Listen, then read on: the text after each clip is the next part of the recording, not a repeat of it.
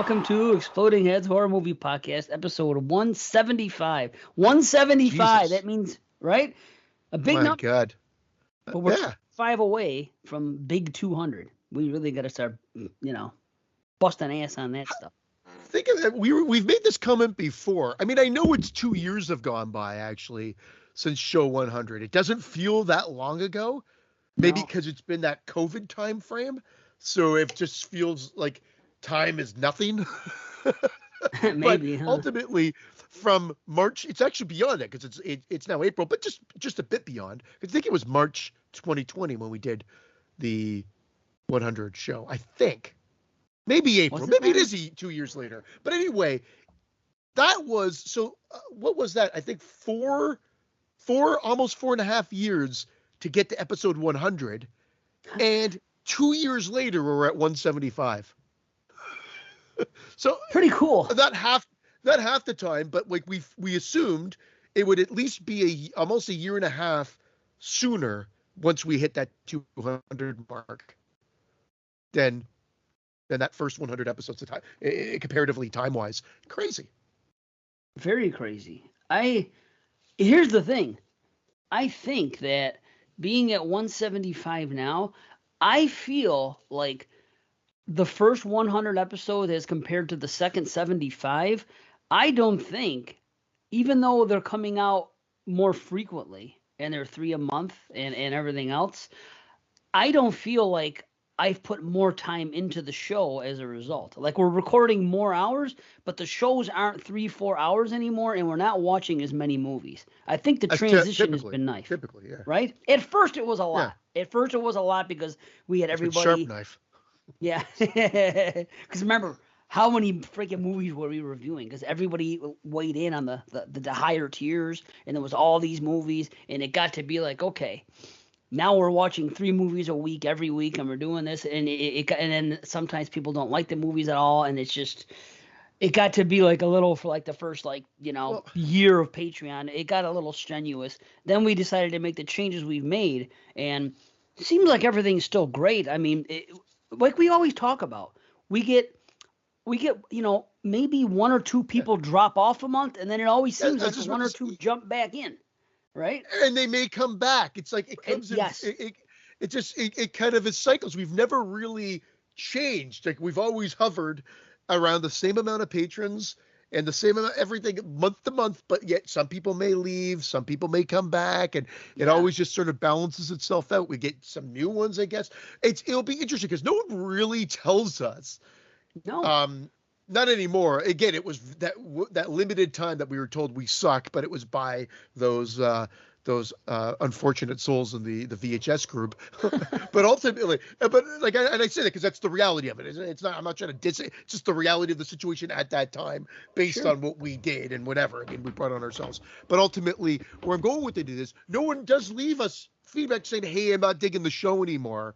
I kind of wish they did to know if because we just do this, and I guess the people that respond to it do reach out, so we assume we're doing no wrong in a sense, because it would be interesting to see people, because they are being released. I think we're at 125 on the 123, I think, on the YouTube. So that's the episode that they're out on YouTube. And people are digging the show that are hearing them for the first time. There's like a new audience that hasn't joined Patreon that are enjoying these. And I'm not trying to say this to pat us on the back, but it's interesting because after 100, there's a shift. It was definitely more structured for the most part, even though we might change it up and we with the themes and whatever. But then it became more lucid because the bonus episodes became an episode. And then that was whittled into the fold as well.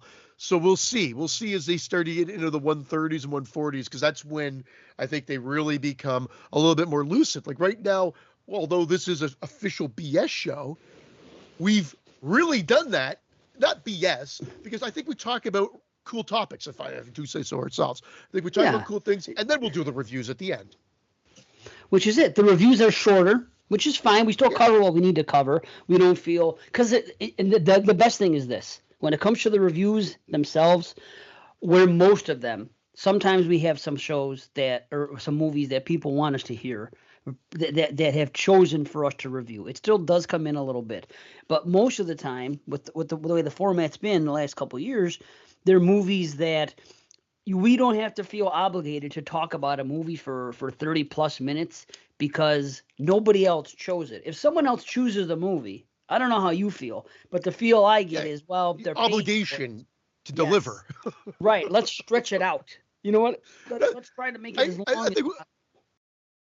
Yeah, and I've come. There is a bit of a trend that I've noticed, and I hating myself, especially the last couple of episodes where it's mostly you and me. Yes, we've had some guests, but man, am I talking over you a lot. So I'm going to apologize to you, Dave, and I'm going to apologize to everybody out there because I've noticed it, especially the last one that's going to drop officially on Monday, the April 25th. So again, I mean, I noticed it, but maybe it's because it's me, and I'm just like, oh, shut the fuck up. It's probably it. But listen, let me tell you this. Yeah. I would rather that be the case, because if you do end up talking over me a little bit, it's because you have something important that you want to say. I would rather you have a lot to say as opposed to me talking and then Christian waiting for him to have something to say and respond. Think of it that way. So that means that's a good thing that we're both bouncing.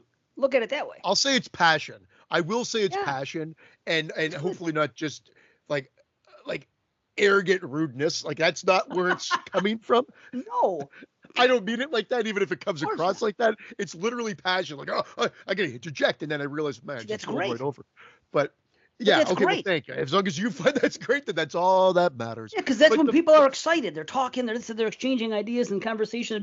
Now, as opposed to me saying something, even with you and Brandon here, okay, and talking about something. Let's talk about like Fangoria. Sometimes I would talk about some Fangoria thing that I thought was really cool, and then it didn't seem to be that anyone else gave a shit. I don't know. Maybe I'm too much of a historian in horror sometimes, but I just kind of get off on the idea of seeing things evolve. So there have been times I read in the Fangoria, and I'm like, I read this little paragraph, and I go, oh, so what, and then you guys are just kind of sitting there blank face, like nothing to say. So I'm like, well. I think it became a joke unto itself. I think that it was almost became a joke that we had to like, oh, here we go again. Right. Well, that's okay. They're always sitting back there if we need to grab them. It's okay. If we do find ourselves stumbling for things to talk about, luckily we always, and here's the thing, I don't want to say clamoring, but I do know some listeners, they do like to hear it. They're like, okay, I like that Fango stuff. I guess if it's every week, it could probably get a bit old. I like that Fango stuff. It's like a drug. You got any of that Fango stuff? Right? Especially from 81. Yeah, especially from 81. Primetime horror stuff where we're at now. It's like, yeah, give me 2 grams. For sure, man. It's nostalgia. It's the Fango stuff. But the point I was making too is, guys, if there's something that you're not digging, let us know as well. I hope we're thick-skinned enough. Like, we might make fun of it on the show. You should know that by now too. But I would rather know that if there's something not working or you'd like to see evolve, let us know, please. Obviously, we know people want Brandon back. I mean, but we're not going to give him to you. He's locked in a cage for a reason. He's on timeout. He is on timeout. When he's ready to come out, he'll come out. He's got his own key. He's locked in the cage, but the key is all he has to do is like stretch out. Just get his shoulder, half of his shoulder, in between the bars, just enough to get in there and grab the key, and he's like that pantry on Friday the 13th, where Alice locks herself in to the pantry. The same pantry. Like, why is there a lock on the inside? We've always talked about this, but I'm gonna bring it up again. Why would there be a lock on the inside of the pantry? I know why. In here, why. No one's getting to these deviled eggs. Why? I was talking about this yesterday at a get-together for Francesca's birthday. So what? The Friday the 13th pantry lock came up in conversation? Well, okay, not exactly, but hear me out. My brother used to play with the children down the street. They had 3 kids. Well, primarily one.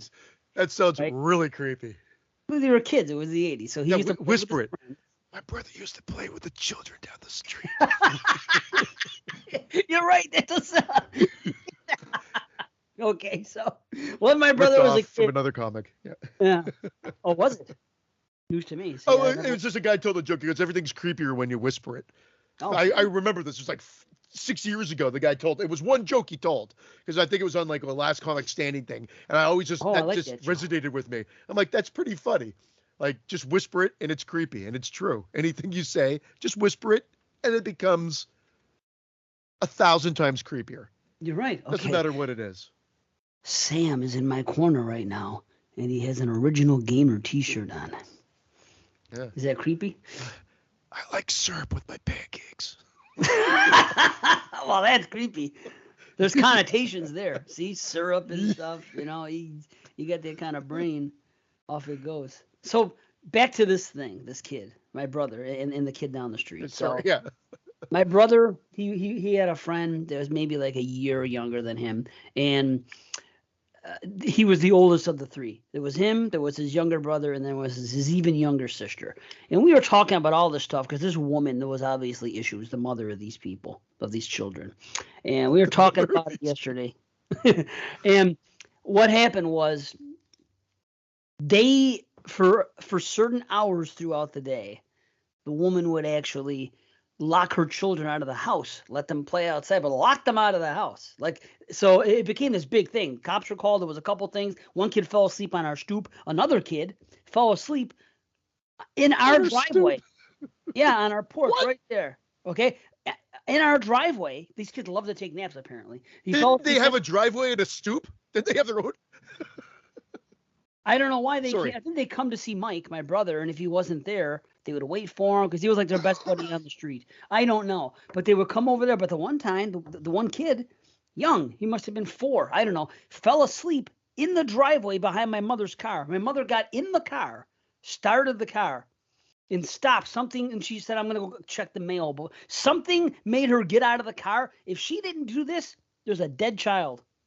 For the rest of her life, my mother would have had that on her conscience, that she run over some 4-year-old in the freaking driveway. Because this mother, and then these kids would come around and ask her, you know, can I use your bathroom? Because the mother would lock them out of the house for hours in the afternoon. And one time, a 2-year-old, the girl, was in the middle of the street, and somebody grabbed her and brought her up to my house and thought that my mother was the mother of the child. She goes, you know what? She goes, this baby was in the street, and she was yelling at my mother. And I was like, that's not my child. They live 3 houses down, and you don't even want to know the half. So for whatever reason, this freaking woman, it's for certain hours during the day, would lock the kids out. Okay, so now CPS was called a couple times. There was a couple of incidences that happened. There was just 2 of them there. But what went down was during the day when they were home, the parents decided, ultimately, they got a fence in the backyard, and they would just put the kids in the backyard. At least they're in the backyard. Okay, so now, but when my brother would go there, and they wouldn't do that when he was there, but he still knew that it did happen. They would go in the basement. They would have their toys in the basement, maybe their ColecoVision or whatever they had going on down there playing. So, but the parents had the lock switched around so that when the kids go in the basement, they can lock the kids in the basement. And that's what they would do. Oh. So maybe it's something like that, where, you know, with Mrs. Voorhees, maybe there was bad kids at Crystal Lake, or maybe she did it to Jason years ago. I'll go a step further. But he could get out then. He could get out. He's the one you that's lock stuck it from in the there. other side, right? Maybe I'm mixing it up. Well, hold on a minute. Whoa. Hold on. That's what I'm saying. There's a lock. What's a lock Alice door from the locks inside? it. She comes into the pantry and locks the door. That's why Mrs. Voorhees has to come in with the machete. Well, doesn't that make sense? Don't you have a lock on your bedroom door on the inside? So nobody can. We could. Yeah, we could. But on the inside, yeah, but not on a pantry. A pantry. It's for food. It's for supplies. Someone's got to be in there. Someone's got to be in there to. Oh, I know why. You know who put it there? It's the pantry. It's because the guy that was the cook before Pamela got there. No, the guy that was the cook before Pamela got there was actually the cook from Sleepaway Camp, and he would go in there with the children. That's the answer. There's a valid reason. See? Yeah. But see, I told that whole story for nothing. I was thinking the other 5 minutes of this family down the street. Yeah. 5 minutes of the family down the street using a lock the proper way, except for, locking the kids out of the house. But other than that, the proper way. Yeah. See, but when you said it, awesome. I always pictured awesome. We just wasted everybody's time. Well, it's just begun. It's just because this is a BS show. There's only so much to talk about. Again, see, that goes back to what you started with, especially with the BS shows and the stuff we go into. it's only like 50% about horror movies. But it seems like we've evolved into something that which I've always wanted to be involved in, like a daily show, like a freaking not a daily show, like the people that I listen to on the radio that Yeah. bullshit about this and that, what's happening in their lives, and I always find that stuff very interesting. Now, do horror fans? I don't know. I mean, I'm a huge horror fan. It's almost all I consume, but I still like to listen to people BS about certain things like that if it's a funny story and if the guys can carry the conversation and keep the audience engaged, which I can when I listen to those shows. I only hope that we could do it enough. It seems like they're funny stories, and the feedback we always get is usually about this stuff. It's not that I've been saying this for years. It's usually not about the movies. It's usually about oh yeah, this happened to me or this or that. You know what I mean? So again, I'll say what you said. I'll reiterate. If someone doesn't like it, if somebody wants to hear more changes or say when you have a BS show, why don't you? And I wish I could do it, but I'd be ripping off Brian and Jamie because they have such a good segment on the show. But and even if I could rip them off, I don't know where they get their stuff from. But they have that thing they do called Bumps in the Night.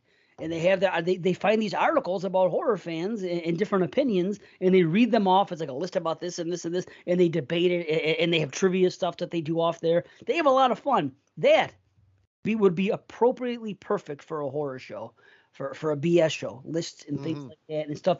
But again, that's their gimmick, and I'm glad they find it because it's my favorite thing to listen to on their podcast, of course, because I always say I'm burnt out on freaking reviews and listening and doing them. I just am. This is we did about it because I've been on 22 Shots a lot lately because Jeremy's no longer there and I'm helping out. Is that permanent? I just I wasn't sure. Is he just too busy or is he gone now from the show? No, it's permanent. There was a little bit of a conflict, and they're all still friends, but he's just not doing the podcast. Maybe this is a conspiracy. Maybe Brandon and and Jeremy have done this on purpose, and they're going to surprise the world. They're going to show up on the freaking Bloody Disgusting Network or something and call it Two Jews and a Mic or something. And they're going to why not? Coming soon. Why not? I mean, it's a gimmick. Jewish is a gimmick for a podcast, especially in the service industry. Not the service industry, but it's a gimmick. You know what I mean? Well, you have queer shows. You have shows about, people of color. Why not Jewish? Yeah. You know what I mean? It would work. It would be a gimmick. You don't think that they would put that on a liberal network like that where people love putting this stuff out? Hey, let's have two Jewish guys talk about horror movies and movies that have to do with Jewish themes. People would eat that shit up because it's anything different from Caucasian, people love. Not and I mean love. They don't tolerate. They don't look at it as the same they look at anything else. They see something different from Caucasian males, especially. They love it. They have to love it. They're like Mrs. Voorhees. They're like, love. If Brandon doesn't ever return, and God forbid, I'm just saying, if that doesn't happen, we're changing the show to Two Wops and the Horror. Why not? That's right. We can do it. Why not Italian? See, Italians get skipped over. We know this. Nobody gives a shit. Well, they had the Horror Mafia podcast. Wait, we'll just steal that name. We'll become the new Horror Mafia podcast. Horror Mafia podcast 2. Yes. It's like The Godfather 2. Right. We could say it's better. A lot of people think it's better. That's what the sequel. And if we bring guests on, they have to be Italian. Same thing. So we could reach out to people, this and that. They can have Italian guests on. Oh, that'd be amazing, wouldn't it? Is Vince Italian? His last name is Franco, right? He is. Yeah. Shit. Wow. And another at least half. My at brother, least half. Okay. His name ends in a vowel. That's the important part, and he's not Latino. As long as he's got a vowel in that name, he's in.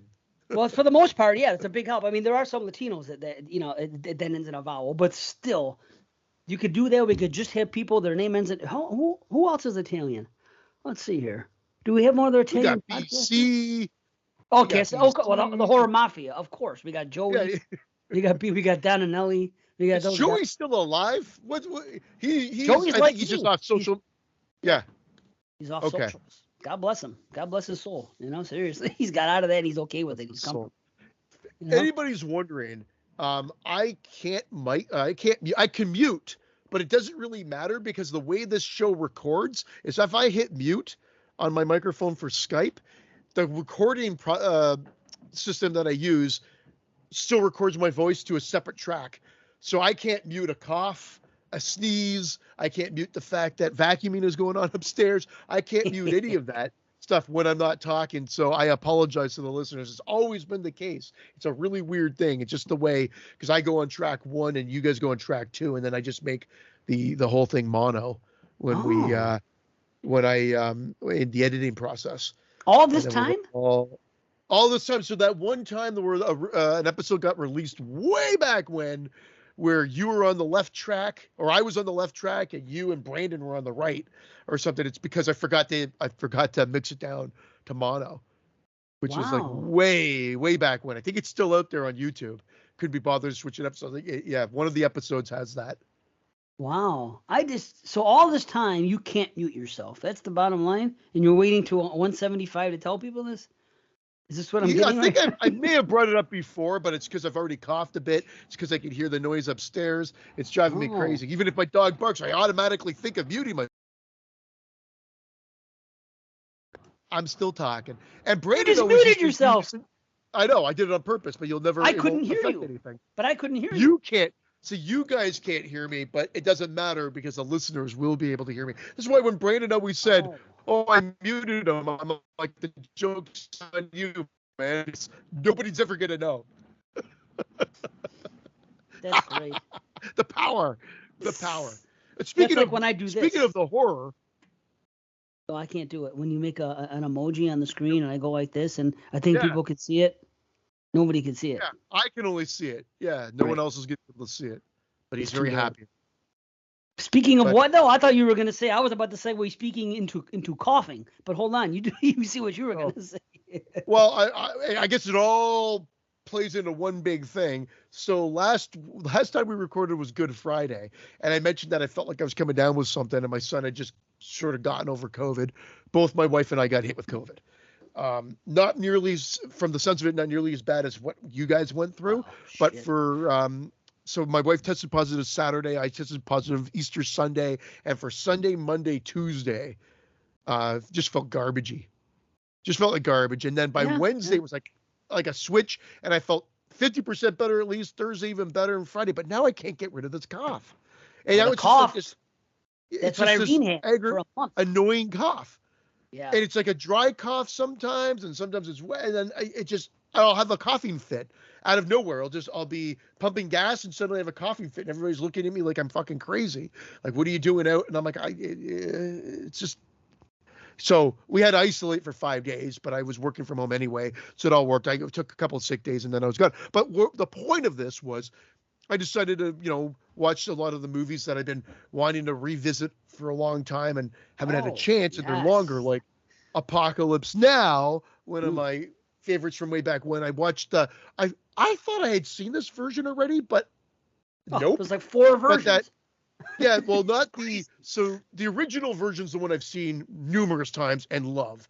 And I still haven't seen it. So I watched that Redux or Redo or whatever the hell it is, the one that got re-released. It's 3 hours and 20 minutes long.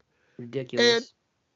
And I think 40 minutes longer or 50 minutes longer than the original cut. I believe, don't quote me, I'm going by memory, but I think the other one's like 2.5 hours. Anyway, both my wife and I were scratching. I'm like, I don't remember this. I don't remember that, obviously, because new shit's been put in. I don't think it elevates the movie at all. It's great. It was kind of great to see it. I think it was great to see it one time and to experience it, but I don't think I'll watch that cut again. I think you still get all the themes are there in the theatrical version, play out perfectly in the theatrical version. There are some interesting elements to this extended cut, but there's that other version. I think there's 3 cuts, if I'm not mistaken. The other one's the final cut.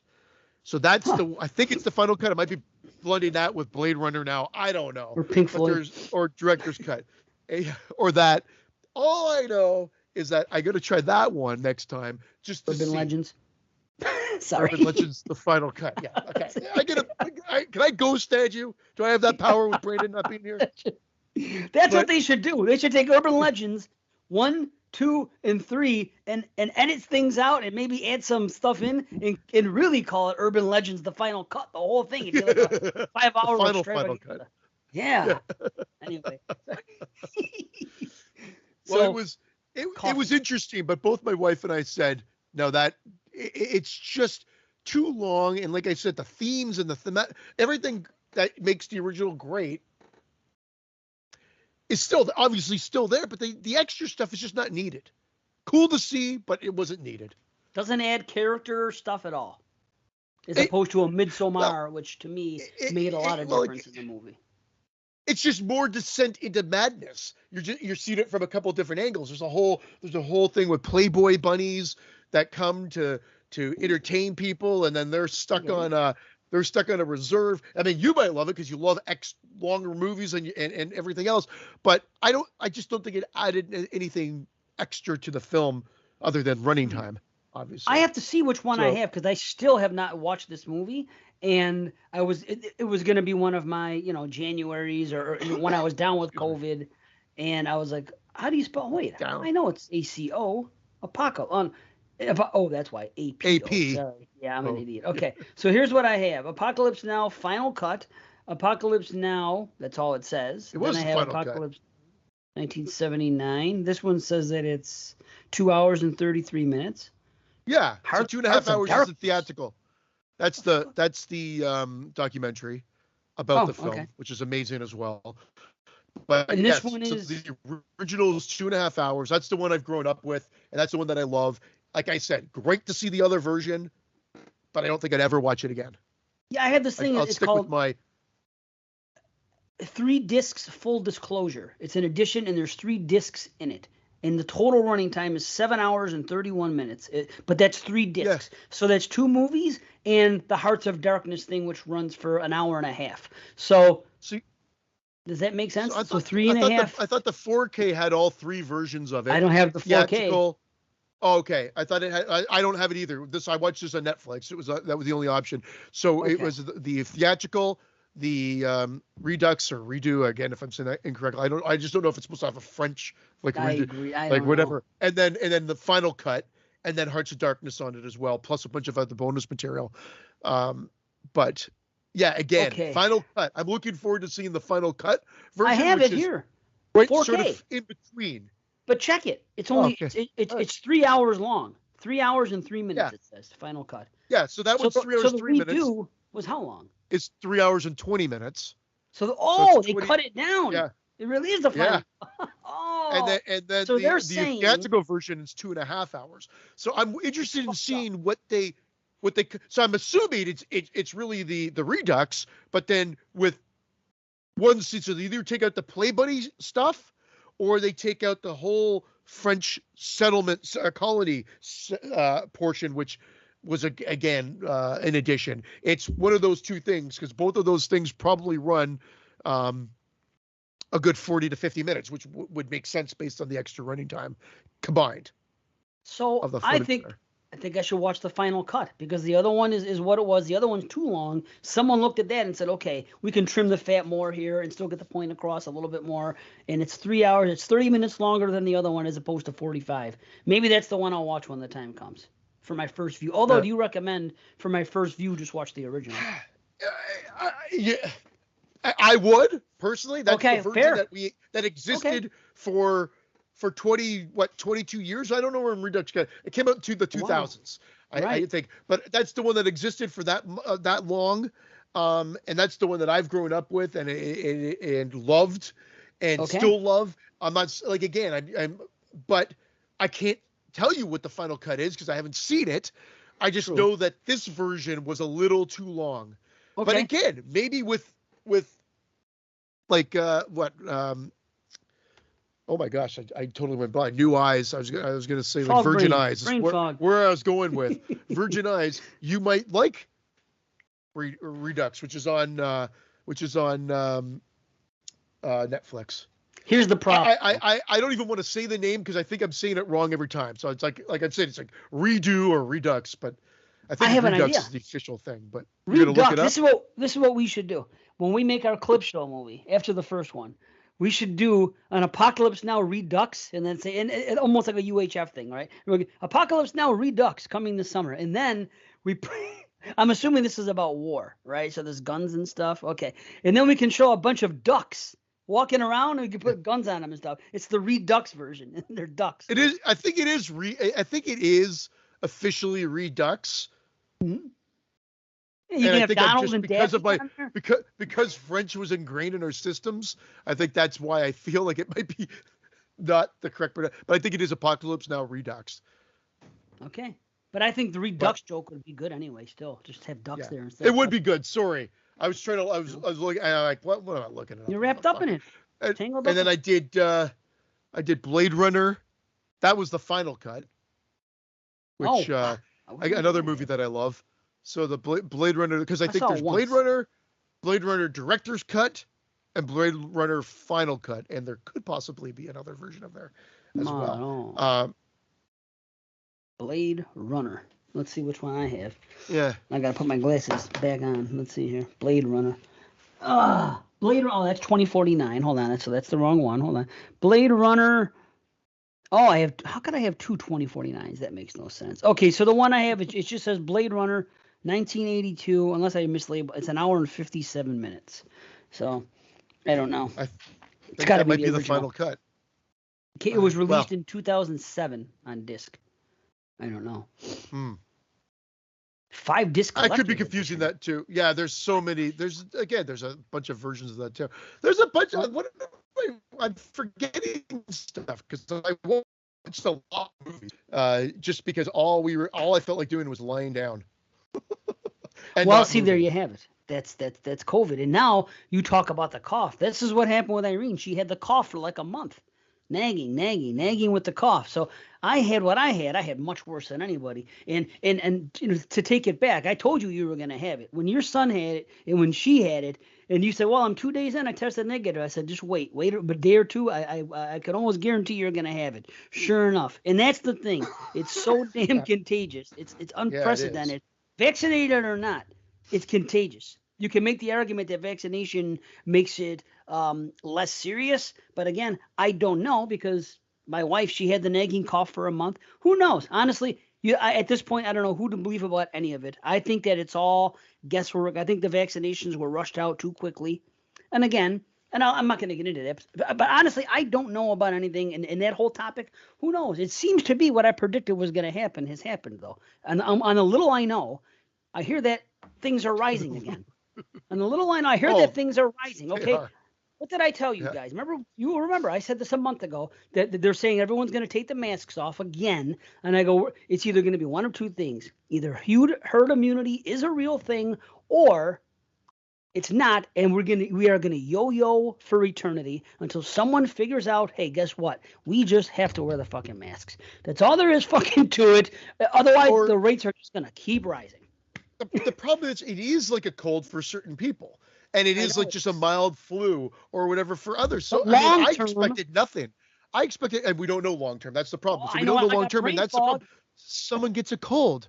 They're like, what the fuck was I worrying about for 2 years? Or this is why I don't care. So it fuels arguments for both sides. So it's going to be, it'll be a problem, but ultimately at the end of the day, we are just going to have to learn to live with it. Like we've been saying forever too, but I won't want to get into it. I'll tell you. So after we did the show, I did Ghosts of Mars from John Carpenter because I've been meaning to watch that again. Still haven't changed my opinion of it. Still haven't changed my opinion of it as well. But now there's a whole, of course, like every movie out there, just like Spookies, like every movie out there, there's this whole gang of supporters going, I don't get the hate. I love the movie. The problem is it doesn't even feel like a John Carpenter film to me. That's not fair. That's not fair as a critique, I don't think. Well, okay. But take a movie as what put the thing on and watch the movie. What do you think? But then, okay, where I'm going with that, though, is that I find that although you have an ensemble of capable actors, the acting comes across so wooden. And his whole argument was he was trying to make a movie kind of like Escape from New York, a popcorn action flick in the vein of a Commando or something like that. And I'm like, well, then you failed on that level, too, because the movie's just not even that fun. Okay, and then when the action comes out, it looks so wooden and badly staged. And why I say it doesn't feel like a John Carpenter film is because I've also watched Big Trouble in Little China, which I think is exactly that movie. A fun popcorn, like perfectly, like paced beautifully, great one-liners, great performances, edited like a chip. It just like that's the perfect example of a fun, crazy ass movie. And then you got Ghost of Mars, which is like the total like if that's what you're going for, it was a misfire, unfortunately. But that's where I go with that. I know that there's a whole other. I feel like everybody it's just not good and like their performances just don't come across. Which I guess then if it's consistent, maybe that's something. Consistency in that level of wood and acting and I don't know. But then I watched Pandorum because I think Pandorum? we're talking I about. still have it. They were talking about it on the podcast, and I Yeah. still have it. And I still haven't watched it. I've had this movie. Yeah, I watched since that. It was enjoyable. Yeah. Yeah. I never watched that before. Then of course Pulp Fiction. Fucking what a great movie. There you go. Menace to Society, which I Yeah. love. Yeah. Goodfellas. Oh, can't beat that. Eight Fuck. 8 Mile. Nice. I still haven't seen it. Stone. Oh, yeah. I know you said. I remember you saying Stone Cold. It's a cheesy action movie from the '90s that I actually love. Who's that? Van Damme? Movie. No, that's the one that's Brian Bosworth. Oh, and Lance that's Henriksen's right. in it. The fucking Boz. Yeah. Amazing. Okay. So it's really it's good on a good level or it's good on a fucking what's that movie called? Fresh as Ice or Cold as Ice, Vanilla Ice where you're laughing. Oh, Cool as Ice. No. Cool as Ice is you got to watch it. It's bonkers. This is just bonkers, but it's like action movie bonkers. Like again, because you don't like action, you might not like it, but it's so fucking crazy. I love it. It's also kind of mean spirited, and it's got a little bit more. Like I guess it was rated X. They had to cut it down, trim it down a bit to get an R rating, and whatever. It's just fun. It's just exactly you're talking about Ghost of Mars wanting to be like that dumb action movie. This one's that dumb, fun action movie. In my opinion. Now, then Boz. I watched Moneyball, which I had. Oh, Boz is good in it. He's possible. Like, I mean, fuck, what happened? Good enough. Good enough, man. Like, you would think. Like, look at it this way. The guy got out of football. He's this big jacked guy. He's got the haircut. He's got a little personality. You would think that if this movie came out and had success and it was good, he would have been like The Rock or somebody. You know what I mean? That's why it didn't have success. It didn't. I think it died swiftly at the box office or didn't do very well in the box office. I think it must have had the second coming on video because it's kind of gained a cult following over time. I think probably. But I saw it on video when it came out and instantly loved it. But I was also a huge Lance Henriksen fan, like probably many of us were, and I thought that was a great role for him too. And it had like William Forsythe's in it, so it has a great cast. So as well, and then you had like the biker element and the over-the-top nature of it, and bad one-liners and everything else. It's just fun. It's got it all. It's like an 80s action movie, but like 91. Right on. Then I watched Moneyball because I absolutely love that movie. What's that? Wesley Snipes? No, that's Moneyball. I think you're thinking of Money Train. Moneyball's a baseball movie where they that with Brad Pitt and Jonah Hill. Haven't seen it, but I'll watch anything with Brad Pitt. Yeah, so, and I love that movie. And then Draft Day, which is like the football version of Moneyball in a sense. It's not real, but the one with Kevin Costner. Recent, right? Isn't that more recent? Came out 2016. Yeah. Okay. I remember the commercials and the trailers of the movies. Draft Day. Ivan Reitman directed that one. Lots of split screen, but they do kind of cool. Well, I thought it was cool. Maybe some people might not like it. Where like if in the split screen, like if I'm talking and I'm on this side, my arm will overlap the other person's split screen. So I thought they did that kind of cool. That's clever. It's a well done movie, and there's a great payoff. It's just a feel good movie. It's fun. About a draft, an NFL draft. It's a movie. Yeah, about and the NFL. I thought they made it really entertaining, and because I do like, funny enough, although I don't watch a lot of sports other than basketball and the occasional like football or hockey game here and there sprinkled in. I really don't watch a lot of sports, but I love sports movies. Always have, always will. That's cool. That's like wrestling documentaries. You could not watch wrestling and watch these wrestling documentaries that have come out the last 3-4 years, and you'll appreciate them. Same thing. Well, like JP's he doesn't watch wrestling at all. Loves the documentaries. My wife doesn't watch modern wrestling. Well, fuck, neither do I really. And I can watch the documentaries of her, and she gets something out of it because they're just that good. The stories of the behind the scenes stuff. Obviously, it's mostly tragedy. It's called Dark Side of the Ring. So they talk about all these crazy things that have happened, but they're really well made and they're really just interesting. So I always go back to that. You cannot like wrestling, but you might like these docs. It's like you with. I tried watching. I don't know if it was you talking about it, but we tried watching. When I say I was getting something ready food wise, and what Carrie put it on. It's one of those '90s documentaries on. I think it's just the '90s, and it was just. Oh, they have them on HBO. It was horrible. Max. Oh, was it? Maybe because it was very like. It just seemed like it was going to be it's all going to be about Bill Clinton and this, that, and the other thing. Maybe we didn't give it a chance. Well, I don't know if it was just going to be political, but it was just there, and we're just like, this seems too American. Like, again, no, it was probably made for the American audience. Well, but it's American made. We were watching it, yeah. But again, it could have been a little. You're bit right, more. though. Those shows do concentrate a real lot on things that were going on politically because it's basically like almost like a news recap show. / Yes. A pop media thing. So they give you a little bit of each. They give you pop culture and they give you news culture for what's happening at the time. And if you're not into the news stuff, and there are some interesting things, like when I watch the 80s one, they talk about the Challenger exploding. They talk about the little girl that fell down the well. Things that the nation were watching. They were captivated by. Encyclopedia Britannica. Holy crap. Coffee. I blame the damn coffee and the COVID. Encyclopedia Britannica is what I wanted to say, but in show form, almost like the year in review. It's a highlight reel. I think it's made by like Time Magazine or Nat Geo or what. It's made by somebody that I wish it wasn't them because I think they had a commitment. Yeah, Nat King Cole made it.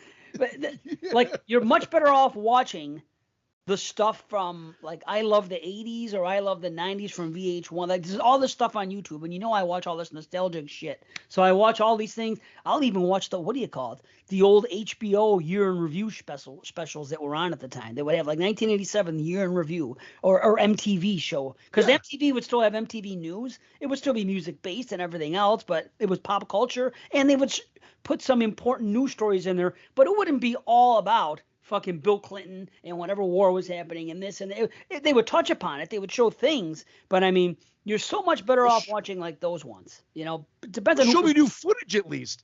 If they're going to do that, show me footage of show me the blowjob.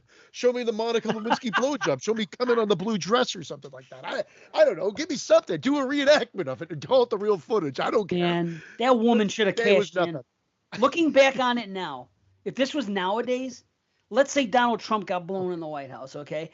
If this was nowadays, oh wait, something did happen. Stormy chick, let's say. Right? Let's Stormy say that chick happened. did something, and now she got into adult stuff before or afterwards, though. I want to say I don't know anything about her, but I know that she. I think she was I don't know anything either, so maybe I best left unsaid. But I thought she was a porn actress or an adult movie maybe star, so. Whatever. But even if she wasn't, even if she wasn't, nowadays if something like that were to happen, the person would most likely cash in. Where back then, Monica did nothing. There was no Playboy shoot. There was no pornography. If she decided to do porno, it would have been the number one selling porno. And those are the days they would sell freaking VHS for $20 a pop or more, whatever. If she said, okay, I'm just going to do a porno spoof with fucking Peter North playing freaking Bill Clinton, and I'm going to go in the Oval Office, and I'm going to blow him and some security people, and she doesn't even have to do intercourse. She could just do a blowjob. Don't you think she would have really cashed in and made something? Because now what happened to her? What became of Monica Lewinsky? What's her net worth? I don't know. I mean, I bet I would have been, if I was like Cigar Magazine, I would have got her on the cover immediately. With a cigar. That's what I would have done. Yes. Or even a banana on some other type of magazine, like Fruit Extended, Fruit Encyclopedia. Have a banana in her mouth. There are things you could do. And I don't mean to demean her because she's a female. This isn't a misogynistic thing and saying that's all they're good for. I'm not taking that type of stance. If it was a man, it would be the same thing. Let's say, Kamala Harris was in office and I got caught freaking giving her freaking head. You know what I mean? And I was a nobody. I would totally cash in on this. People would ask me to do it. It would be a big thing. You know that they would put me with every black chick in porno and they say eat her pussy. And I'd be more than what I'd say, you don't have to pay me. If I'm saying I just want to do this anyway in most of these cases. But still I would make money off it. Eat her pussy, I command you. Oh, okay. Yes, master. I mean, you got to cash in on those 15 minutes. That's all I'm saying, and I don't think she did. Thank God you're not Dr. Frankenstein. Now eat her pussy. A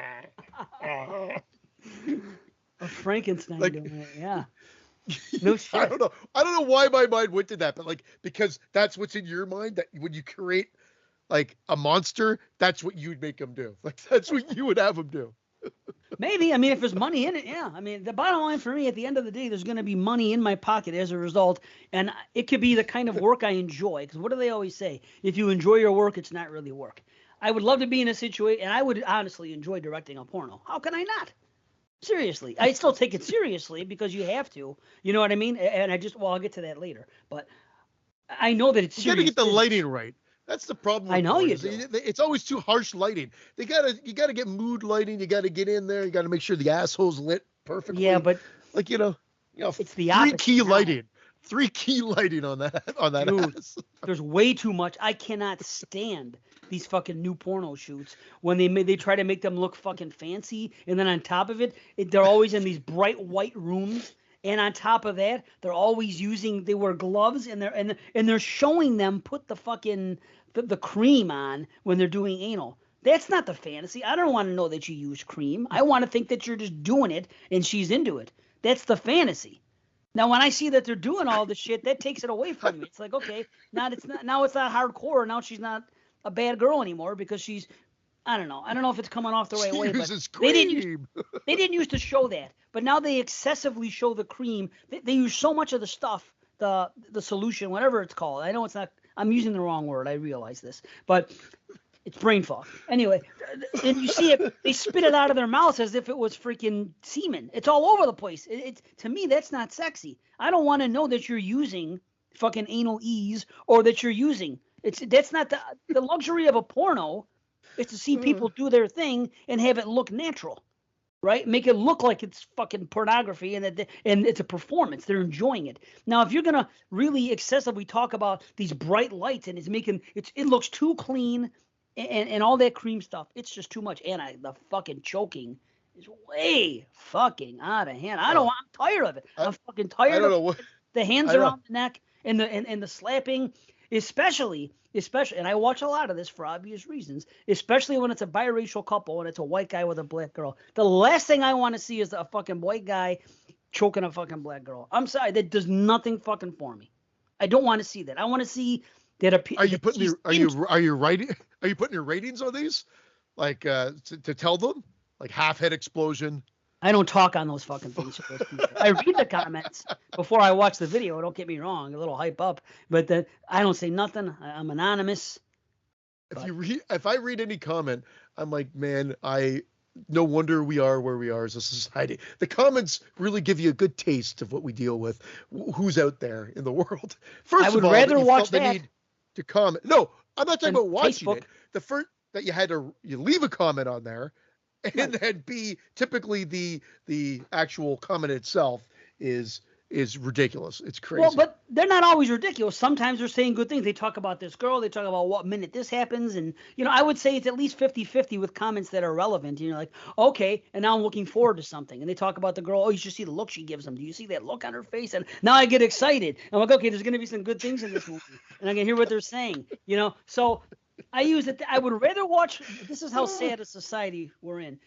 Me personally, how I feel about it. I would rather watch the comments in a freaking porn video than anything I see on Facebook or anything I see on YouTube in the comment section, because that gets me frustrated. Now I don't do it anymore, Facebook. But I'll tell you what, because I've been this YouTube hound since I quit Facebook, I watch a lot of these things, and sometimes I watch things about wrestling. And I listen to what these people say, the modern wrestling fans, in the comments. It fucking infuriates me. I never say anything back to them. I want to. I talk a lot with my brother because he understands. He relates to how fucked up these people are. And I'm like, I can't say anything. I just got to go off. And they're completely off base into my line of thinking, and they're a bunch of know-it-alls, and it can be very aggravating. So, end of the day, give me the porn comments over the YouTube comments or any other things online. I'm telling you. Sometimes you catch a racist comment in the fucking in those things, of course, because I do watch. Not all the time. I watch everything. I fucking bounce, man. I go through moods. I have sometimes my flavor of the week is this. 22 shots. Yeah, right. I thought there was something between you two. I ask moods. Moods. What should I watch on fucking? That's I go through moods. Give me your list. I want to see your favorite list. Let's see what you. No, but I go through different times. But I usually get taken back to the white girl and the black guy. I mean, the white guy and the black girl. A lot of times I go there. So, but then you read in the comments and you see this and people talking negatively about black women. And I'm like, okay, stop. Get me the fuck out of here now. You will catch one out of like maybe 20. They're still out there. But that's well, of course. That's just unfortunately that's society. It is society. Well, what about not to change the topic, but have you been watching any 2022 horror films? I am changing the topic, I guess, completely. But good.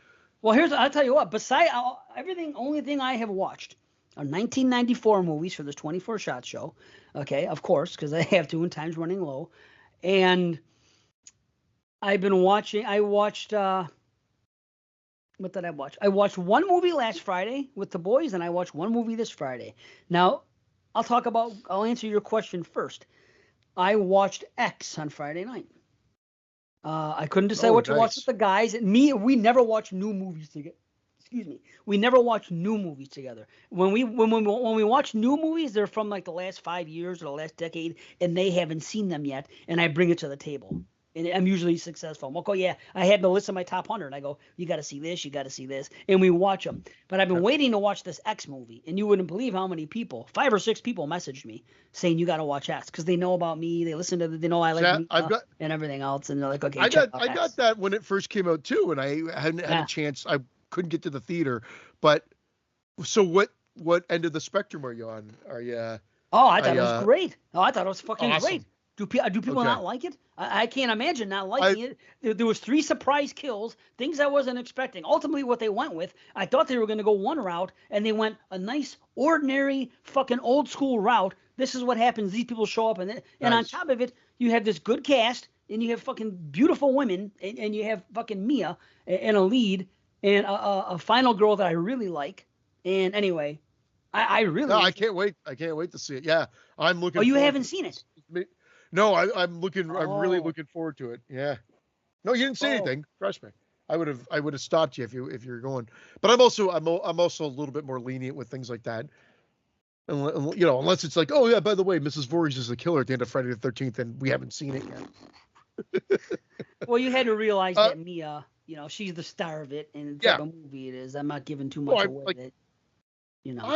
So I went to the Shudder route, and I've been trying to catch up on some of those. There's a lot dropping. Oh my God! But there's a lot. Here, I will say this. Remember when I complained about why are all these movies coming out and none of them look fucking good? I think I mentioned this, or there's no excuse for a movie nowadays to really not look good because you can. Like, we've got 4K capabilities on these. I'm not saying that's resolution is everything. Obviously, framing and whatnot, we talked about. There's a whole bunch, much more that goes into it. I get that, obviously.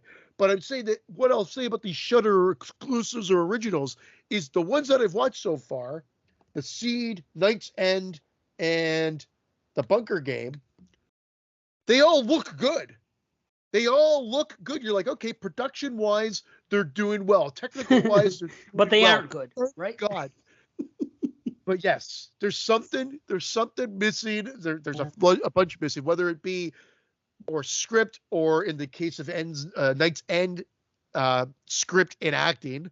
The main character is a good actor, man, and considering like they did a good job. Like considering it's pretty much I'd call it a COVID movie. Like ultimately, he's a shut-in. So most of the movie is pretty much him talking to people over his connection, Skype or whatever it may be. So, like from that aspect, okay, you've got a good setup for a low-budget movie. But the movie itself looks decent as well. But then it really drags its feet, and then it goes off the fucking rails. And then they what could have possibly been creepy they ruined by showing too much. It's just kind of unfortunate. And I think it would have been better suited for a short film, if I do say so myself. I've been hearing that a lot the last couple of years, man. A lot of confident answer, but it just feels like it's been dragged out to feature length at like 80 minutes. You know what I mean? And then the Seed, the Seed has some really weird effects.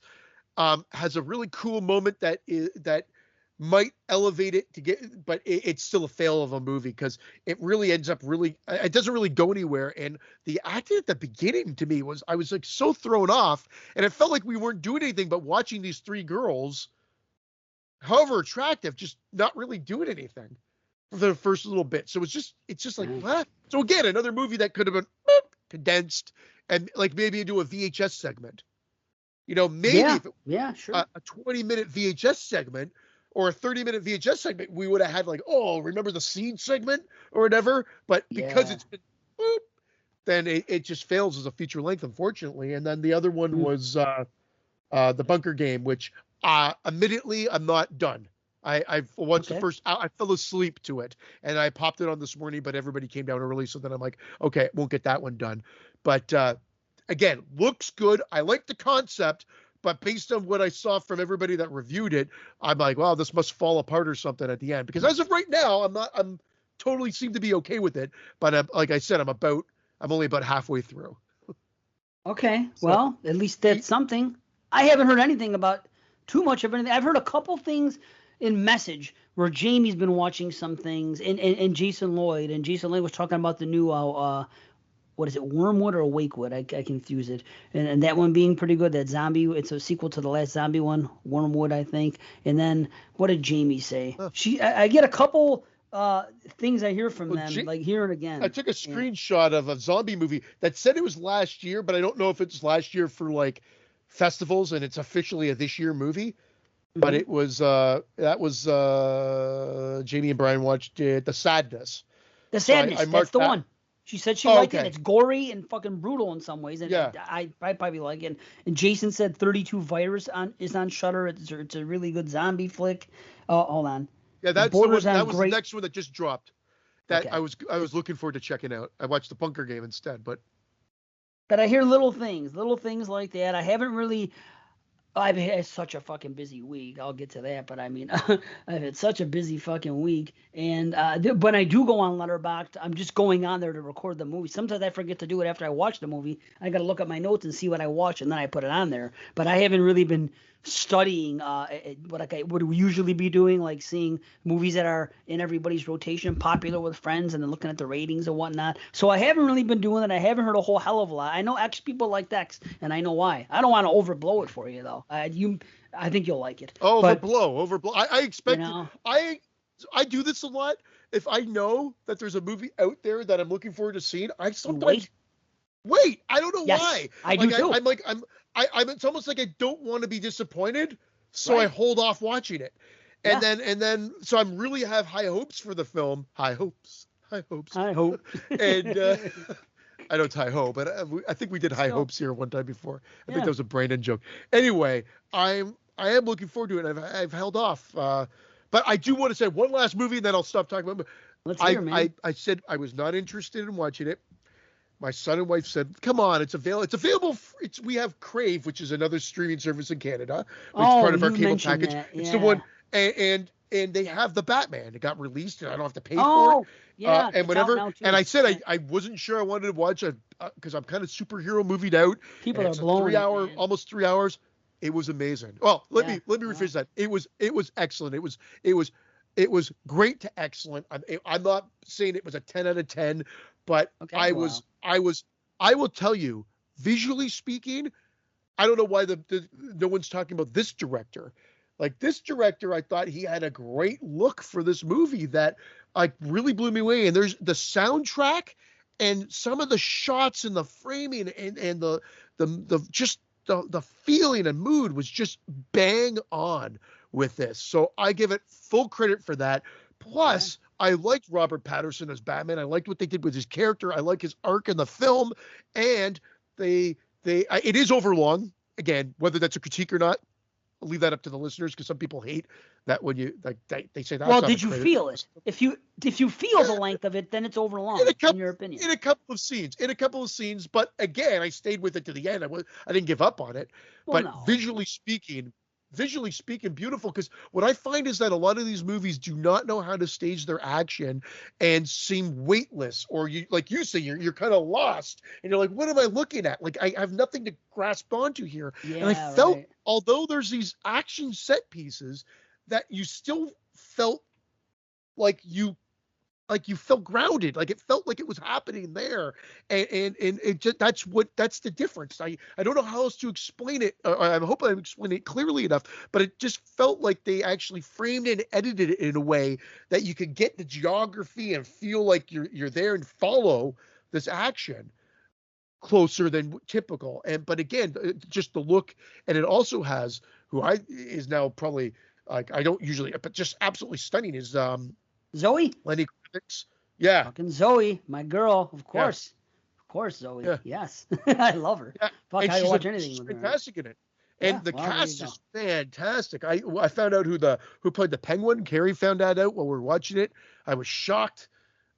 So definitely worth checking out. And it's dark. Oh, I will. That's why I like a dark themed, like dark tone. And the soundtrack, again, I know I said that already, but wow, it was just great. Both the score and the soundtrack. Sorry. Oh, I'm definitely gonna watch it. As far as the way it looks, I was listening to the podcast with Jamie and Bo, and I don't know which one of them said it, but one of them said that it looks like David Fincher made a Batman movie. Yeah. Does that sound fair to It's you? funny. It's so funny. Carrie and I called it. We said if Seven was a Batman movie, which is a different film. Wow. See, so that's it. Makes sense. So it's hilarious. It's exactly, it had that feeling. Like, I remember when Seven came out, he said he wanted, like, he didn't even want you to feel like the edge of the screen. That's where bleaching of the film, I think, was first kind of used as a technique, and kind of like, it was not bleaching of the asshole, but bleaching as a technique. Like, there was a process that was used for that film, and it worked, and it was great, and just everything about that movie. And that's a perfect example, like, as if David Fincher did this. But there's some hero shots, and there's a scene with some fire and some walking that's just, without going into spoilers or whatever, Nice, was just man. like epically filmed. Like, I just, like, that's what I love, that cinematic feeling. Like, so I'm just like, wow, they nailed it. And I was like, I had no interest to check it out. And like, just like Doctor Strange is coming out, it's directed by Sam Raimi. So you figure, it's Sam Raimi. Another I'll check one? it out. The sequel to it's Doctor Strange, the second one or whatever. Okay. But I'm like, I don't want to see this. And my son's like, why? It looks great. I'm like, I'm just so superhero movied out. I don't But blame maybe you. I'll have to go because of Sam Raimi directing it and whatever. So. That is interesting. Sam Raimi doing it. Wow. I still haven't seen the first one. Like I said, I'm only 4 movies into the Marvel Universe still. So I'll catch up eventually when I have nothing better to do. But as far the Batman and the Spider-Man things are kind of separate anyway. It's not the same thing. You can watch them, I think. They don't tie in that way. But what was I going to say about, first of all, be careful what you wish for, because you said you wanted all these movies, these horror movies, to look really good. Now they're looking good, but the movies aren't good, right? That's the first thing. Second of all, the Batman. I don't want to be that guy that says I don't want to go to the theater, because my daughter legitimately said, I want to see that, but only at the theater. I don't want to watch it at home. Where I'm the opposite in this case, because it's a fucking 3-hour movie. I don't want to go to the theater to see a 3-hour movie. I'll go see a 90-minute movie. If I really couldn't wait to see X, I would have gone and seen it. But honestly, I'm glad I didn't, because I had a better time watching it with my crew than I would with fucking my wife and my daughter. They're not gonna like it, but they're not gonna appreciate a horror movie like that, like a set up like a slasher, old school type fucking gory thing. Well, my daughter might, but in the same way that these guys will. You know what I mean? So I'm glad I didn't see that. There are certain movies I'll go to the theater for, and there are certain ones that I won't. And that's why I love the option of choice. I love the option of choice in anything that has to do with my entertainment. So, I will say the Batman, although I enjoyed it and it looked great on our TV and it sounded great, is a theatrical movie Okay. I will say it is. And you know what? It really is 2 hours and 50 minutes. And remember, so 2 hours and 50. And then remember, there's probably a good 10 minutes of credits at the end. Of course. And you got to stay around in case there's a fucking bumper. Right? Unless well, I could tell you if there's a bumper. You know what? We didn't. Actually, funny enough, we did watch through the credits, but did I turn them? I just remember they were rolling. And Kira's like, okay, I got to get to bed. And then I'm like, okay, good night. And then I maybe I turned them off to put on that bunker game. All I know is I was asleep within a half an hour. Yeah, that was it. Well, sure. But so well, I'll have to double check for you, but I can tell you if there's a bumper to say whether you have to stay or not. I'll be watching it at home. It's already home. It's already on the Plex. I can watch it on the Plex right now. Same way I watch X. Same way I watched X. So now it's like, see, fuck. And that's going to happen. You're going to fall asleep. You're going to be tired with this COVID thing. It's been a fucked up week. I'm glad you're feeling up to snuff, But, I mean, we don't know. And fuck it, dude. I don't feel run down. I just feel like, again, I'm snotty, congested, and I've got this lingering tickle right here. I just hope it goes away soon. Because you don't want it to fucking keep lingering, and then you don't know. Because if you have a lingering tickle and doesn't go another week or so, now you got to go get your lungs checked, and now you got to be curious about having pneumonia. And that's the difference between COVID and the flu or a bad cold. The lingering effects and what else it could lead to. It's almost like the HIV version of a cold. How about that for a comparison? It could lead to immune deficiency, and it could spin into something else. And I know it's a fucked up. It just popped into my head. That's what I was thinking of. So now, hey, this is my week. Get ready for this shit. So.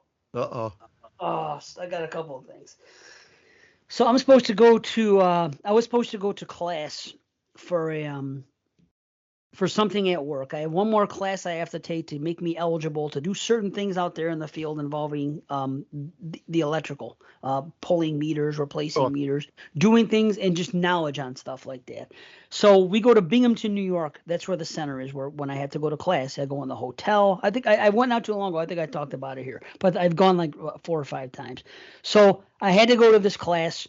I was signed up to go on Monday, Tuesday, Wednesday, Thursday. It's 3.5 hours from where I live, Binghamton, New York. Okay, which I love the long ride, so I'm fucking straight, whatever. So the first day you go to class, you show up at your work at your normal time, 7:30. You drive to class 3.5 hours. The class begins at noon, ends at 4. You go into your hotel, and then the next 2 days you strictly wake up from the hotel. You go to the class from 7 a.m. 7:30 to 4, like a normal work day in class. The final day would be Thursday, and you would go again at 7:30 in the morning. It would end at noon, because then they give you the 3.5 hours to drive back to where you came from, and it's a full work day. So this was the plan. This is what I was supposed to do going in. Monday, I'm on the way. I don't know. I'm sure you had a little snow in your forecast on Monday, as we had a little snow in the forecast here. Okay, whatever. There's some fucking unbelievable, but that's another story. So now I'm heading down there, and the further I get in this direction, going towards New York and Syracuse and everything else, I'm seeing signs on the highway saying heavy snow expected between Monday night and Tuesday morning. And I'm thinking, heavy snow? I go, I know there's fucking some that it's supposed to be in the forecast. I go, heavy? Are you yeah. What the fuck's going on here? Well, and it became national news because people were fucking back here telling me about it. But anyway, that they knew what I was going through. So I get out there. I get there. I go to class on Monday. And I get out. It's 4 o'clock. I went to bed Monday. In the time I go to bed Monday, like fucking 10 p.m., to the time I wake up the next day to go to work 6, there's a fucking foot of snow. Now, not only is there a foot of snow, it's a fucking storm now. And it's over. It's not coming down as much, but because of how heavy it was, by the time I get there and I take the ride to work, the first thing we hear is, well, there's 98,000 people in the area without power. Gone. So all of a sudden that means we're the ones that fix it. You guys are going to have to go on storm duty now. Remember storm duty? Oh, no. Yes. Yeah. So now this is what I did. Remember storm duty? I sure do. Storm duty. Now, I thought I was just getting lucky because I was there. This storm was so bad and so unprecedented for Binghamton, New York, that my coworkers at Lockport got called to come up and do storm duty out here. That's never happened. It's because it's a 3.5 hour ride. You got to really be desperate to fucking be calling people from, that far off to help you. Because this is Binghamton. It's one of the hubs. There's a bunch of fucking bucket trucks there and employee and wire guards. So now the good news is this. I made mad money, and I'll see it on next week's chat. So I got to be paid. They put you on time and a half from as soon as you come in. So 7:30 a.m. I go to class. I'm on time and a half from 7:30 until 4, even though I'm just sitting in a classroom. Because as soon as I get out of the classroom, I got to go on wire guard duty from 4 until midnight. Then they got to let me out for my 7 hours rest because I have to go to school the next day. So I'm getting all this pay, and I'm going to school all day. I'm working till midnight. I'm going home, maybe squeezing out 6 hours sleep, getting up on Tuesday and Wednesday and Thursday and doing it again. Now I'm supposed to go back on Thursday ordinarily, I got to say they're strong, and I'm happy to do it because my check next week is going to show 90 hours worth of work, and it's going to be 80 of those 90 hours are going to be time and a half.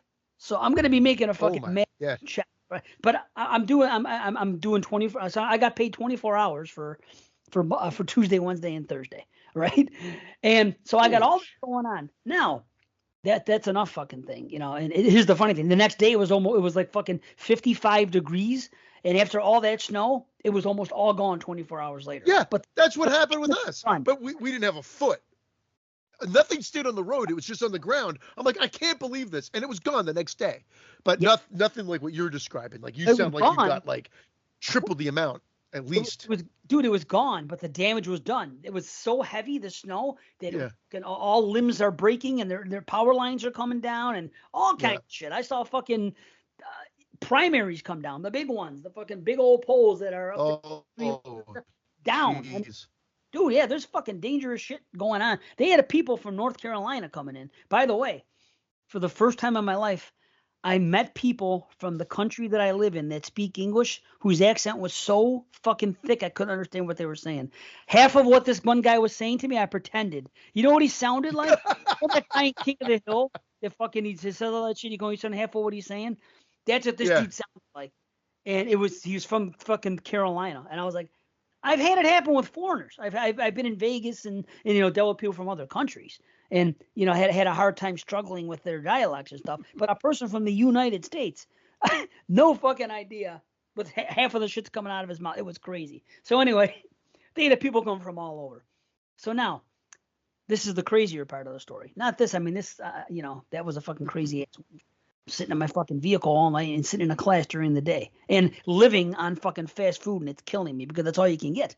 You got to go, you got to fuel up because you might be in the same spot for fucking 12, 17 hours. You might have to go park and sit on a wire and guard it and make sure no one touches it and wait for the technicians to come and fix it. So I'm sitting there, you got to load up. So what are you going to do? I go to Wendy's, I get 2 burgers, I get a fry, I get this, and it better be enough fucking food to last 17 hours. So you got to get all this shit. And the longer time goes on, the more you're going to eat. So I'm eating fucking Wendy's. I'm eating fucking KFC. I'm eating all this shit that I don't ordinarily eat. And I'm taking fucking 2 shits a day. I'm a mess. So anyway, all this is going on. I'm not sleeping good. But I'm not complaining.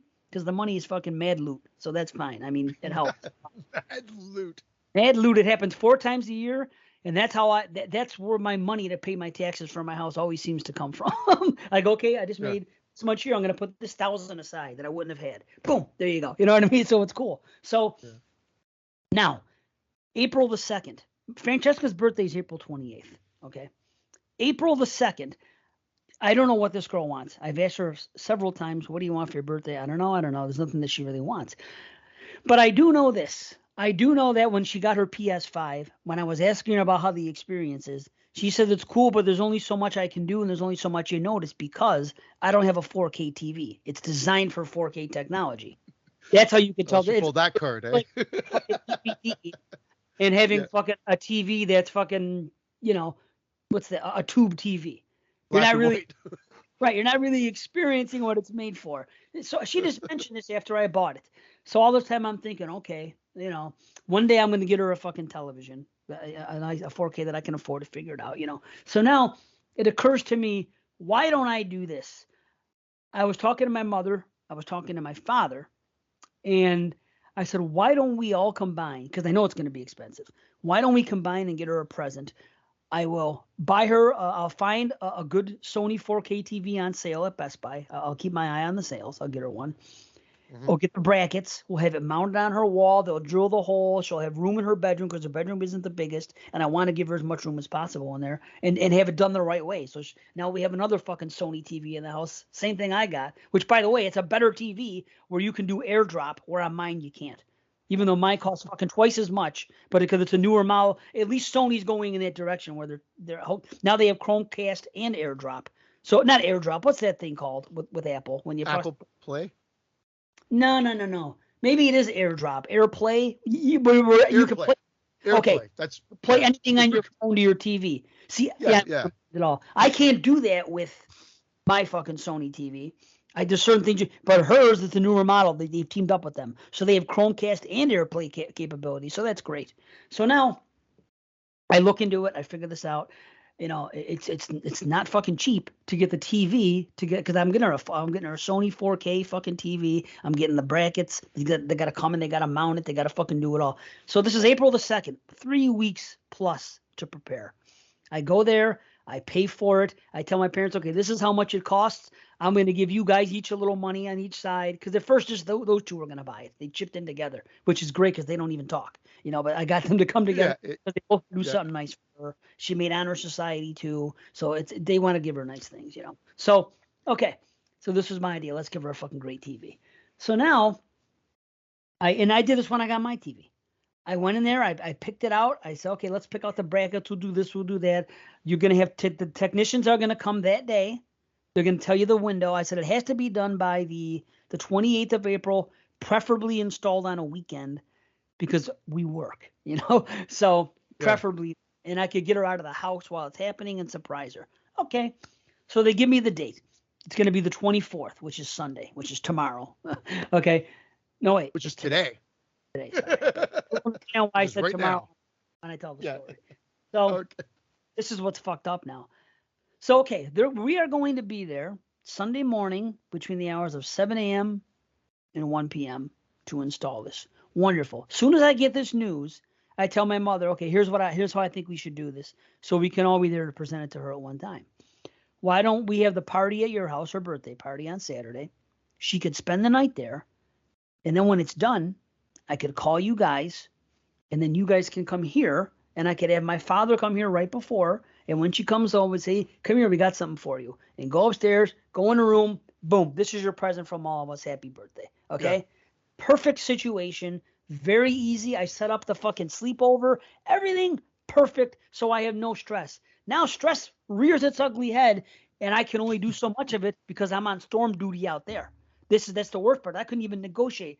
I get a text last Sunday, a week ago, saying, get ready on 4/24. Your orders coming. Do what you have to do to prepare for it or something. Just like a general text. Yeah, great. Okay, well, I'll see you then. I know what I'm doing. So now, all of a sudden, fucking Thursday afternoon, I get a text saying something about you need to schedule an appointment for your latest purchase. I'm like, what? I've already scheduled the appointment a long time ago. I got the text you guys just sent me. And I'm thinking, well, maybe they want me to pick like a specific hour. Maybe they're really being helpful here. So I go on, and it says something about the brackets are arriving on the 24th. And I have to pick a day for the TV. I'm thinking, what the fuck is this? So I look at now they have a calendar already right in front of you. So I just picked Sunday, which between 7 and 1. It's the first thing that comes up. Okay, piece of cake. Little did I know that the first available open day, and that because it was the first one it was fucking June 26th, Sunday. What? Wait the fuck a second here now. Wait a second. Now I go on the chat. I can't even use the phone because I'm on storm duty and I'm in the office waiting to get directions on where to go. So I can't very well be having phone conversations when I have this real serious. So I'm doing this chat thing on there, and I'm looking. Now on top of this, not only did this happen, but it says on the thing your order has been shipped. So now they are sending the brackets to my house, and it's already on the way. And this is what they tell me on fucking Thursday morning. Okay. I'm like, well, oh no. Now, if the girl comes home and sees brackets on the fucking front porch, the surprise is ruined. She's not stupid. Yeah. Now the other one says you got to schedule your TV to be shipped. Number one, none of this is supposed to be shipped. It's supposed to come Yeah. from Best Buy, and they're supposed to drive up here in their vehicle and install the fucking thing. The like Geek Squad thing. You have Geek Squad there? Yeah. Yes, Yeah. like they always have done. So Asshole Squad is what we're going to call them from now on. now I'm stressing the fuck out. So now I can't get anything done. I'm messaging these people in chat. They bring me to another one. They go, "We're sorry, there's nothing we can." I go, "Wait a minute. I did all this stuff specifically on this day for a reason." I go, "This girl, I can't do it another day. I'm getting her out of the house this day. And on top of it, I'm in fucking Binghamton, New York. I'm not even near my house. So I can't be there to intercept the package if it arrives. My wife is at work. If she comes home and sees a bracket now today on the porch, the whole thing's messed up." So I'm fucking livid, and I'm talking to these people, and then they go, "Well, there's nothing we can do. It's already on the way. We can't stop it." Wonderful. So now I have to address problem number 2. Now, oh, this is fucking crazy, man. So now they say, "What other day would you like to do it?" They go, "We don't have anything open for 7/24. There's no fucking." I go, "How do you not have anything open? I came here on April the 2nd. Made sure I even wanted on my way because everything always gets fucked up for me. I cover every base to avoid problems because of my luck and still get. And I even said, Yeah. I go, "Do you have people that do the installing on Sunday? I know it's a Sunday. Maybe you know." They go, "Oh no, we got people 7 days a week. 7 to 1 is just fine, sir. You're fine on this day. Everything's fine." Now all of a sudden, 3 days before the fucking thing's supposed to arrive and everything, they're telling me too fucking bad. And now they say, now the TV, now I get them off that June 26th thing. Now the TV is on its way, and it's going to fucking arrive on Friday. I go, "So you're telling me there's going to be brackets on Thursday, TV on Friday. TV on Friday. And I gotta hide these fucking things and wait to make an appointment for these people to come over." Now, meanwhile, I have made plans with my mother, my father. Everything is going around this whole fucking thing I've done, and I'm trying to explain this to these people, you know. And I didn't really get any sympathy until I started talking to people on the phone. Then they were all very apologetic. "Oh man, you know." And then, Yeah. So they go, "Why don't you do it on Monday between 7 and 1?" That's what the chat people said. I'm like, "We're working. I can't do it fucking Monday between 7 and 1. It has to be here. I've already made plans. You not understand this." Okay, well, you could get it on Saturday. You could get it on Saturday between noon and 8. I'm like, well, if that means not getting it at all or fucking waiting till I'm going to have to do noon and 8. Now, my daughter's party is fucking Saturday. Okay, so I say, okay, send it over. I will try to figure something out, and maybe I can get her out of the house when it comes. They can come in, and they can do it. At least I could maybe do this. I shouldn't have to go through all this, and I'm stressing at work, trying to figure out how the fuck I'm going to not have this surprise ruined. And this is ridiculous, you know? So then I tell them, I talked to the one girl on the phone. I said, "I'm at this party, dude. I'm going to be at my daughter's birthday party. It's at my mother's house. So now because of all this stuff that you guys have put me through, you're telling me I'm going to have to leave my daughter's birthday party to come to my house to have these guys install the stuff and then have time to go back to the party. And what am I supposed to tell people? Why am I leaving my daughter's fucking birthday party? Yeah. How am I supposed to do all this and not be suspicious? What's going on here?" So I'll tell you what, as long as the story's been, I could talk 20 more minutes. All I can tell you is this. At one point, the girl said this: "I feel terrible because I finally got tired of dealing with just the regular people." I said, "I need to speak to a supervisor if I may. Somebody that, you pulled the supervisor gig. You have to sometimes. Yeah, because they can't do it. They can't fix it. So I'm like, okay, I'm glad that you're apologizing. I'm glad that you sympathize, but everybody's still telling me the same thing. Well, too fucking bad. And nobody's told me. Sympathy ain't getting this fucking TV up on that wall. Right. Nobody's telling me how and why I paid for something over 3 weeks ago. And now you're telling me not only is it not going to be installed on the day that we said we were going to install it and the time frame, but now it's being shipped to your house in 2 different shipments, and now you have to fucking hide it so this girl doesn't see her presence. So no one can tell me how or why this even happened, but they can apologize. And I appreciate, and I know it's not their fault, but I need to talk to a supervisor. So when I talk to the supervisor, it sounds like everything is getting better. And she goes, "Oh my God, you shouldn't have to leave your daughter's party and this and that. And I don't know how this happened." She goes, "Here's what I'm going to do.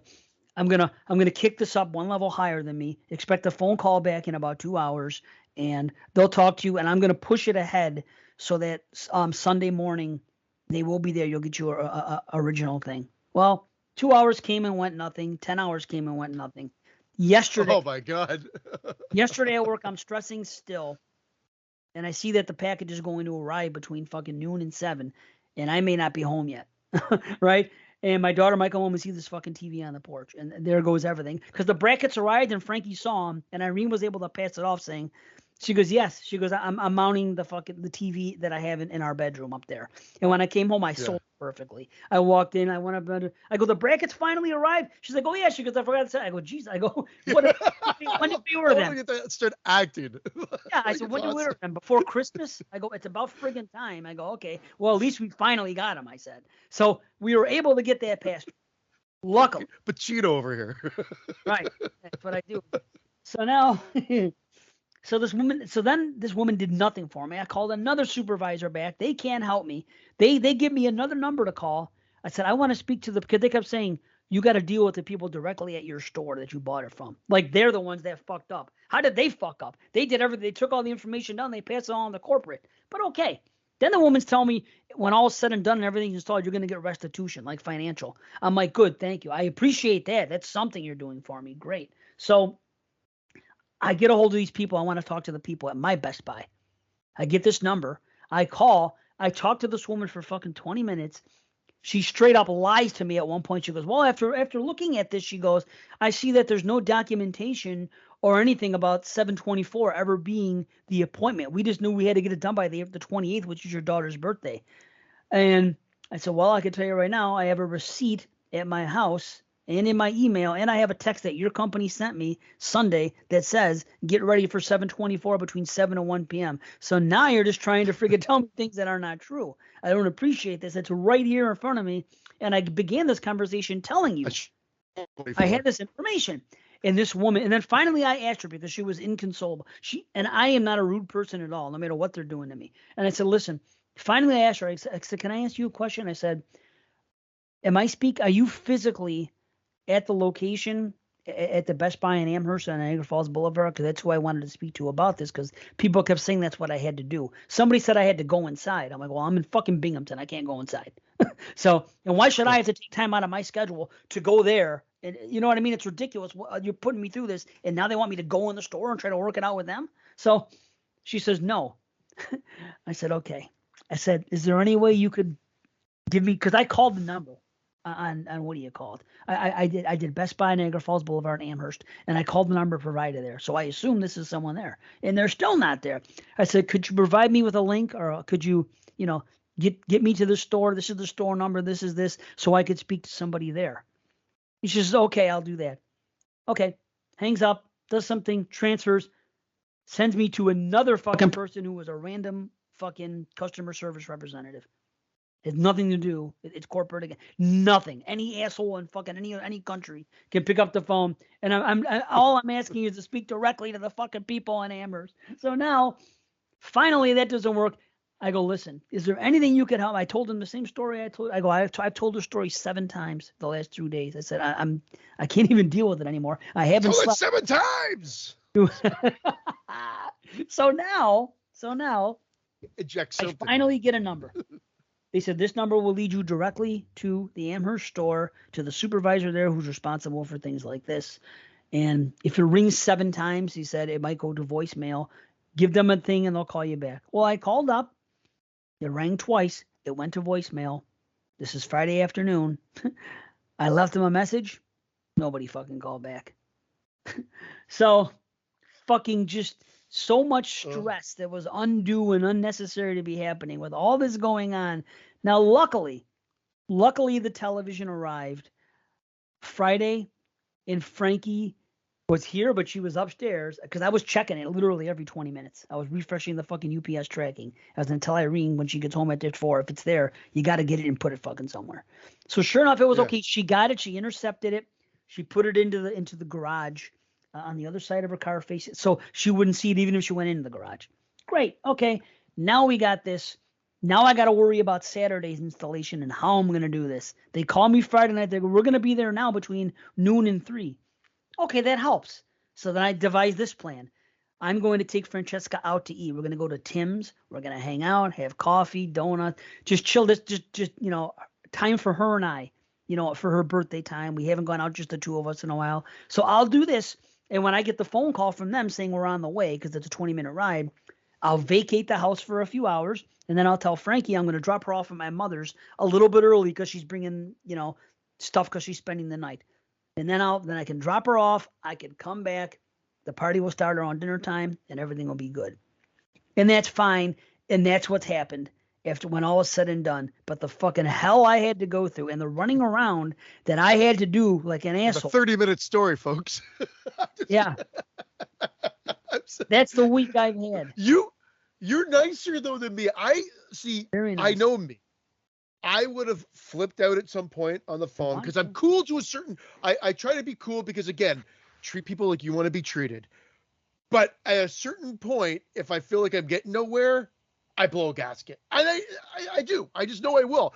In fact, I would probably have had to remove myself and not been there when the Geek Squad showed up, or the Geek Squad would have been nail gunned to it doesn't matter. They would have been nail gunned to the around the TV. Like I would have had the TV framed, and then they would have been nailed gunned around it for an extra gift. Like, that's how it would have been. And you know what the one chick told me? The one girl told me, the one that I was on the phone with that I thought was at my location, who was the worst of them all, told me, she goes, well, maybe there's a situation where an employee is sick. And the person that was supposed to work on Sunday the 24th is sick and can't come to work. I go, so you're telling me on Thursday when I got this text that they knew that they had a sick employee just on this day and they could do nothing else about this? Come on. So she was giving me every excuse in the book. Don't give me excuses because you don't know what you're talking about. Don't say that there's nothing in print that says you were guaranteed this time when it's right in front of me. She was being rude to me. And then with her, I did raise my voice. I mean, I said, this is unacceptable treatment. I can't believe someone would do this to their customers. I don't know what's going on, but I'm sorry. I can no longer deal with you directly. I got to go somewhere else. Now you're just telling me things that aren't true, and I don't know why you're doing it. That's about as bad as I get. And that's the difference, though. If they're being calm and they're trying to help, great. If they're trying to feed you a bunch of bullshit, instantaneously I'm out. And instantaneously, I go from here to there, and that's just the reality of it. But if it's the person that's trying to help you, no, I'll make sure I don't come across as a fucking monster. I'm civil.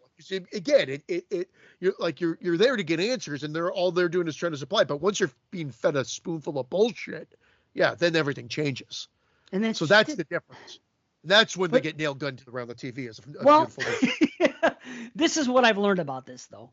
This is what I've learned. When that happens, that's not going to do anything. All you have to do is speak to the tippy top that you can. I want to go to a supervisory level. I want to go as high as I can speak to someone. Tippy top. Yeah, the tippy top. Top of the pops. Top of the mops. So we all walk the wibbly wobbly wop. And we all talk to the tippity top. Don't know why Hardware song popped in my head from the tippity top, but it did. That's brilliant. But this is what I've learned. Talk to the as high up as you could go. Talk to the super. Of course, you got to remain as civil and calm as possible with them because they're going to with you. So you tell them everything that's happened, and usually they won't make it right. Usually, I mean, it all sounds good. Well, you're going to get restitution. This is going to happen. I'm going to push this. Have you gotten restitution? It's a bunch of. Well, every single time they've told me after the TV is installed and on the wall, then call us back. So then I have a case number, which is something, and I'm also going to write. Believe me, I'm going to sit down and I'm going to spend fucking half an hour on a nice email to send to customer care at bestbuy.com and tell them everything I just told you and these motherfuckers better do something. I'm not expecting all the money to be refunded, but I am expecting, 50% would be nice considering. We'll see what happens. But I mean, that's the type of shit that I had to go to. But something amazing happened to me yesterday. Has she seen the TV yet then? Or is she still at the sleepover? We finished this podcast. Well, here's what my father's coming over at 1, and so is my mother. So at 1 o'clock they're gonna come, and that's when it's all gonna happen. Yeah. So It's at And 1 you've seen the o'clock. TV. It's up on the wall.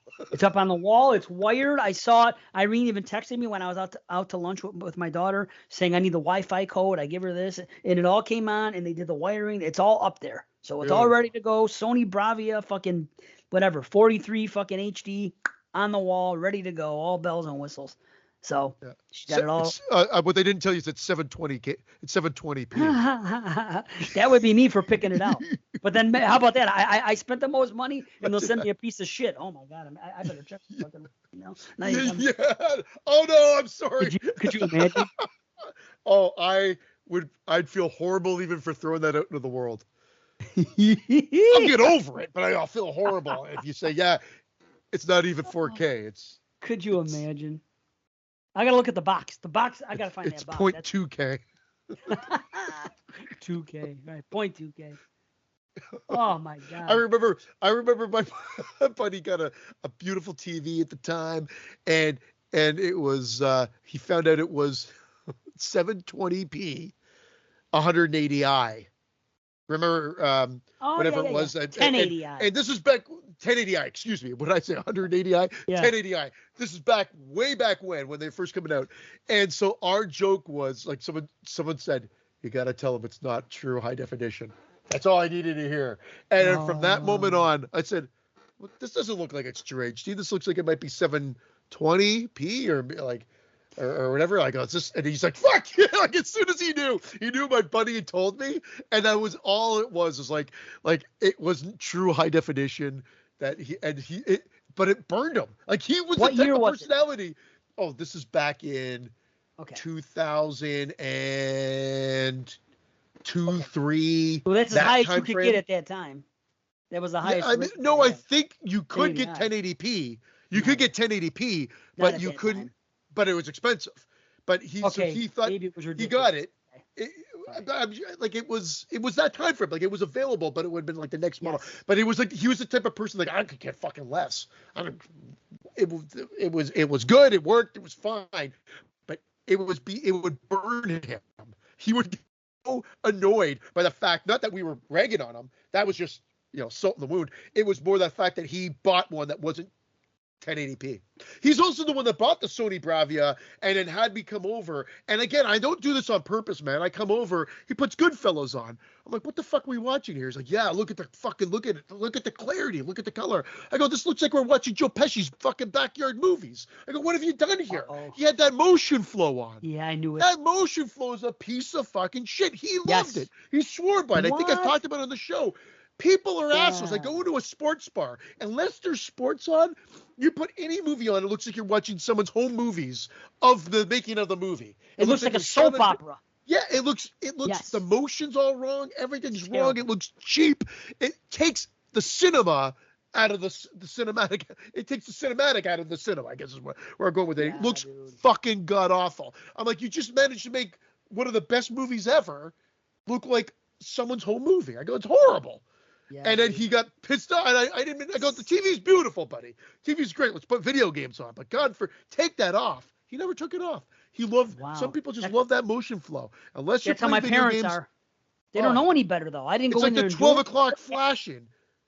It should default off. And then you can put it on as a feature.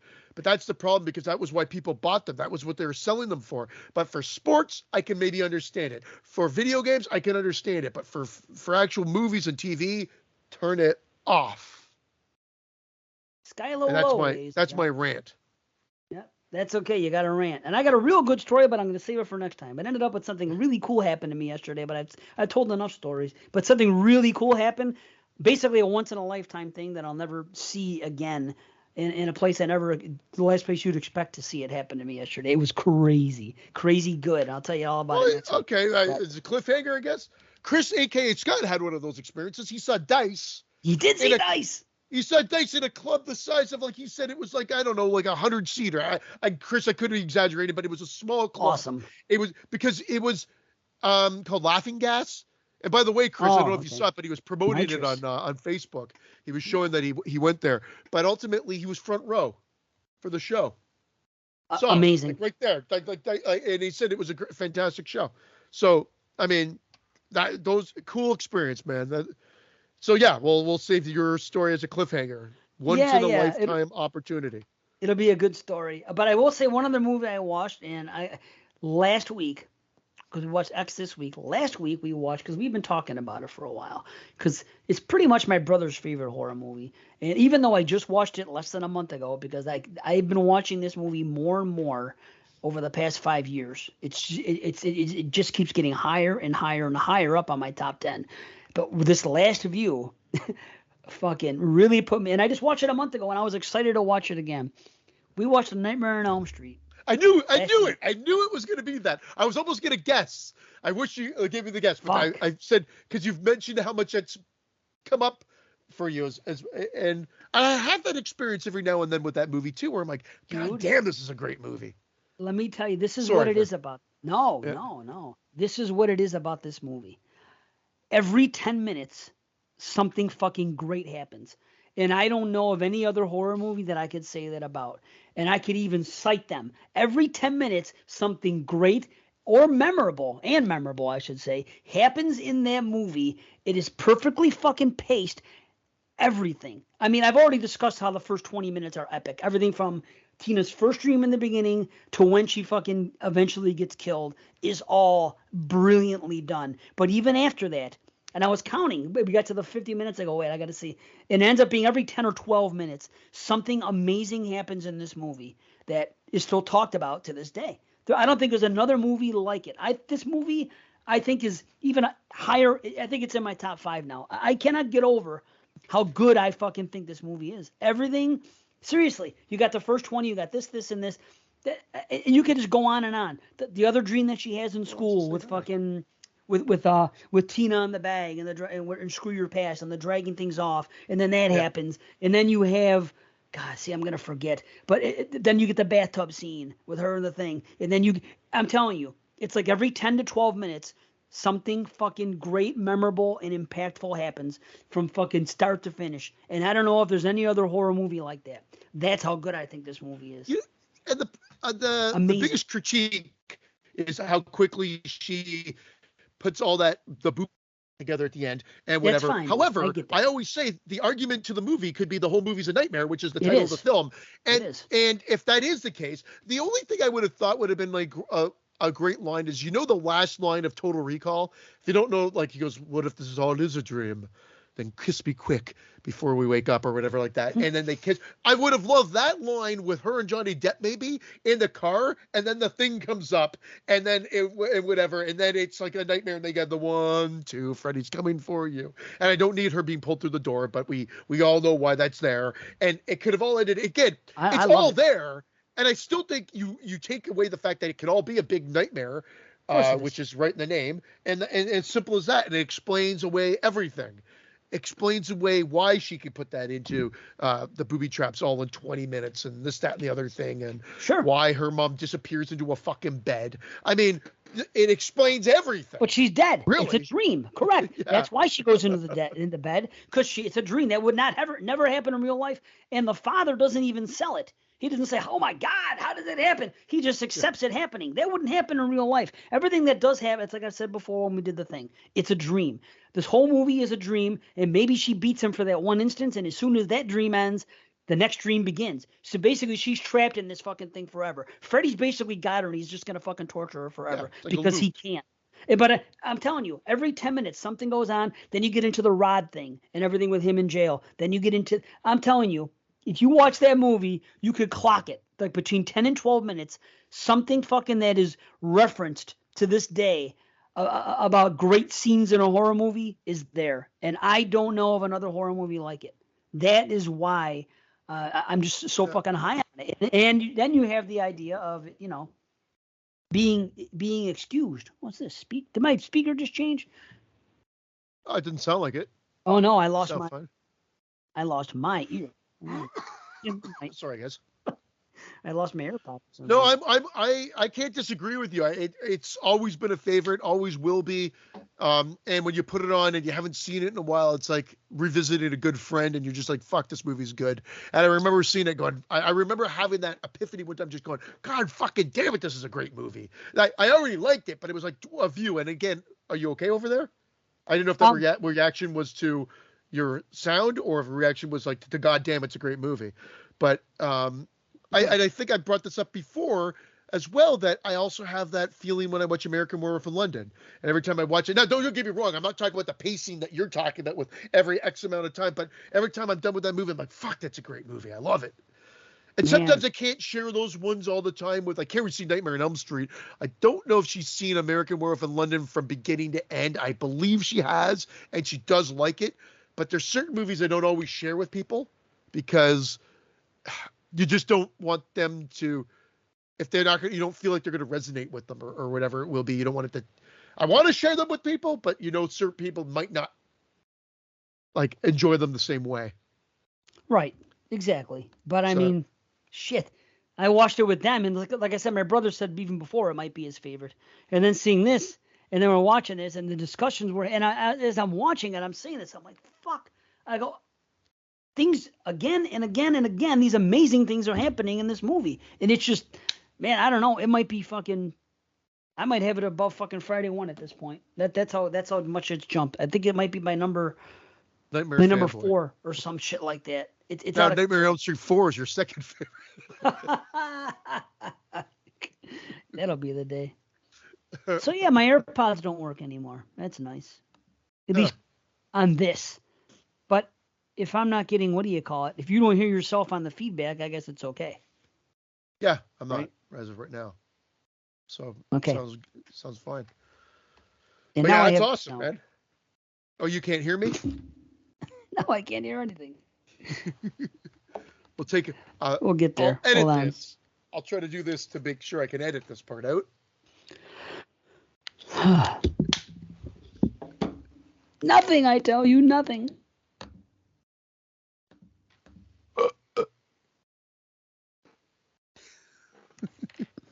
Nothing at all. I can't hear you. I gotta try this. Here, I'll hand you these. Well, this time it said it was working, but I still. Oh, hey, I'm back. I'm back for the moment. Okay. He's back, everybody. So, I was trying to wave my arms frantically to give me a visual cue to where I could edit a little bit of that chunk out there if I need to. Yeah, it's only a few seconds. Okay, so I was thinking about taking it. Now let's take it back to some horror, and we still have a few questions to look at, and I still wanted to have that discussion if we had time about the slashers. Because I've been doing some research on it, the 90s and the post-Scream slashers versus the 2010s, and the results that I think when we look at everything, I think it's going to be at least even, if not going towards 2010's era being better. I truly believe it. We do have some questions though. We had some last week we couldn't answer. I know I didn't look at them, but you probably didn't either, huh? Well, no, yeah, that's the problem. I need them sent to me, I think, because I can't, okay. I remember us talking about them. So maybe we should just jump into the slasher talk and then get back into, and then maybe answer those next show, just because I don't want to feel like I'm, again, not giving it my full attention. No, well, I think it's funny that when you look stuff up online, because I had downtime at work, of course, when I'm on storm duty, and I didn't make any lists because I was trying to watch 1994 movies on my fucking phone, which I was able to do, which was nice because I'm really squeezing. We have to record. I'm going to do a show with them May the 2nd, which was supposed to be tomorrow, but it got postponed. May the 2nd about these 4 Universal movies, and then May the 6th, Friday night, we're going to do the 94 show because then they take their break. So I'm basically 1, 2. I've been on the last 2 shows, and this will be the 3rd one with the Universal, and then the 4th show to take them to their break. So then they go on break. But I've been filling in this time, and it's been great. I mean, I love doing it. So and it works out. I come home from work on Monday. They start the show at 5. The only thing that sucks is I don't eat dinner till fucking after 8 because we go so long, and then I eat, and then I gotta go to bed shortly after. But it's nice to hang out with them guys anytime. So I was watching a lot of movies and stuff, but I was going with these. I was just looking at things, and like if you look at the 90s, see, and I'm trying to be as fair as I can to the 90s by including the post, because I'm saying the decade, the 1990s decade. But some people feel that you should include the post-Scream stuff from the early 2000s as well, because it's Scream influence. That it's a more fair comparison that way. And I said, you know what? That's fine. So what I'm going to do is I'm going to read a few articles here. I'm not going to read the articles. I'm going to use them as reference. Dread Central put out this thing. It said, 10 Scream-inspired slashers we fully forgot about. And let's just see what years they're in. Lover's Lane. It was decent. You saw Lover's Lane or no? Yeah, I saw it. Yeah. Late 90s. Whatever. Take it or leave it. Final Stab. I don't think Final Stab's a good movie. I don't remember that one as well. They start blending together because there's Cut came out. There's a few that just seem to fall into that urban legends Final Cut realm. Yeah. It was about like making movies or whatever as well, right? It was a murder mystery getaway weekend. Bottom line is it was a direct-to-video movie that popped up. It came and went. And do you hear people really referencing it? No. I mean, it's just one of those flicks that was right. Okay, so Bloody Murder. I know you know that one. That Bloody Murder, that freaking Jason knockoff on the cover. Yeah, the Jason knockoff. It has like one or two in the series, and like again, probably year 2000. It's funny. It's because that's when I remember not going to the theater as much. Like, let me rephrase that. Didn't come to the theater, but I didn't check out the direct-to-video stuff as much at that particular point in my life because I moved to Toronto, so I wasn't renting things the way I used to. I go see. That's when I saw American Psycho in the theater by myself, like for Urban or Final Destination. I go to the theater, but I wasn't really checking out video stuff unless Carrie brought it home because Carrie worked for a distributor that we get screeners. So that's how I saw Anatomy and a bunch of other things that came out around that time frame. But I saw that one, and if I remember correctly, it's been years, but I would say it was like the most blatant ripoff of a Friday the 13th movie, but still not really memorable in any sort of way. Something. Right. Yeah. And you could say it's a post-Scream, but really it seems like in that case, they're trying to be more like an 80s slasher than a 90s. So it almost really shouldn't even count to be on a list. I'm just trying to give them the benefit of the doubt in reading what's on the list. The next one is, I've never heard anything good about it. I'll always know what you did last summer. I've never heard anything really good about it, and I haven't seen it, so I can't comment. The third one in the mix? Yeah, I don't even know. 2006. Yeah, I mean, 2006. Yeah. I'm not going to call that a post-Scream slasher. I'll give them a couple years, 2000, 2001, 2002. Yeah. But, I mean, come on. All right. Hellbent. Hellbent's a 2010 plus, isn't it? What year is that? No, Hellbent's the gay one. I thought that was in the 90s, no? Was it really? Holy shit. The 90s or the late? Yeah, you can. I think it's 2000 era. Check. Okay. Yeah. I thought it was. I would say it was 98, but let me see. Oh wow! I thought it was 2000s. I could be. No, you're right. It's 2004. Oh wait, no. I was gonna say that. Wait, there's 1988. That's not the right one. No, that's not. Nah. Yeah, that's not the right one. That's another Hellbent. Right. And 2004 is the one we're talking about. The game. Okay, that seems about right. And I don't think that's really post-Scream. I mean, it doesn't have that feel. So again, I don't think you can force. I think we'll be fair about it. Ones that we feel you could force into it, fine. But that doesn't to me. Campfire Tales '97 isn't really a slasher. It's an anthology. Yeah. And not a very good one at that. I've Been Waiting for You. Well, that's an obvious fucking. I don't even know that one. An artisan release in the late 90s. I've Been Waiting for You was a direct-to-video slasher film capitalizing directly off I Know What You Did Last Summer. The novel was based on the Duncan novel Gallows Hill and stars Sarah Chalke, who'd go on to be in Scrub. I don't know what the. But even looking at the title, it's Scream Mania. It's fucking, Oh, yeah. It's like I Know What You Did Last Summer, Scream era. Usually, again, I haven't seen it, so this comment is just based on what I've experienced. Probably goreless kills, or very, very close to goreless kills. Right. Yeah. Killing Griffin? The late 90s. Lois Duncan was all the rage in the late 90s. After the wild success of I Know What You Did Last Summer, countless Duncan adaptations were published and released, most without any real theatrical attention. Killing Mr. Griffin is one of the author's best and most popular titles, which led to NBC's fast-tracking a DTV 1997 release starring Michelle Williams. And even more importantly, Pink Ranger Amy Jo Johnson. I don't know. Oh, Pink Ranger. That means Ranger. Okay. What the fuck that? Spoiler alert, it goes poorly. Anyway, okay. So We didn't even know what they. Now Cherry Falls, I will give you. That's a post-Scream. The year 2000, I will consider that a fucking 90s post-Scream slasher. For an inclusion on the list of the verses. That's fine. And that movie's I've gone fine. back and forth on that. The first time I saw that movie, I took it too seriously. That the reveal and the reaction of the killer of the reveal, I'm like, oh my God, this just went right down the shit tubes, and I just lost me completely. But I've grown to like it now. I like it. I don't love it. Fine. I like it. Right. No, it's fine. I like it. Like it. So far, there isn't really the only one that I think is a plus in that category would probably be with Cherry Falls, based on what we've seen so far. If you're a real extremist and you want to fucking talk about what's that one, Final Stab, but I doubt. I never heard anybody really referencing it high.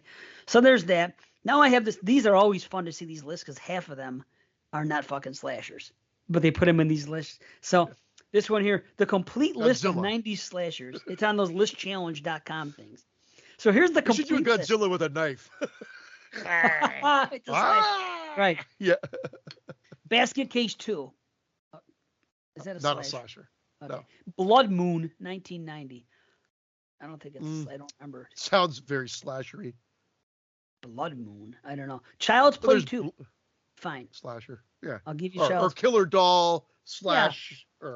But I can accept it because I'm going to call Curse and Cult of Chucky slashers later on in the fucking air to equal it out. That's fine, Fear, 1990. Don't know what it is.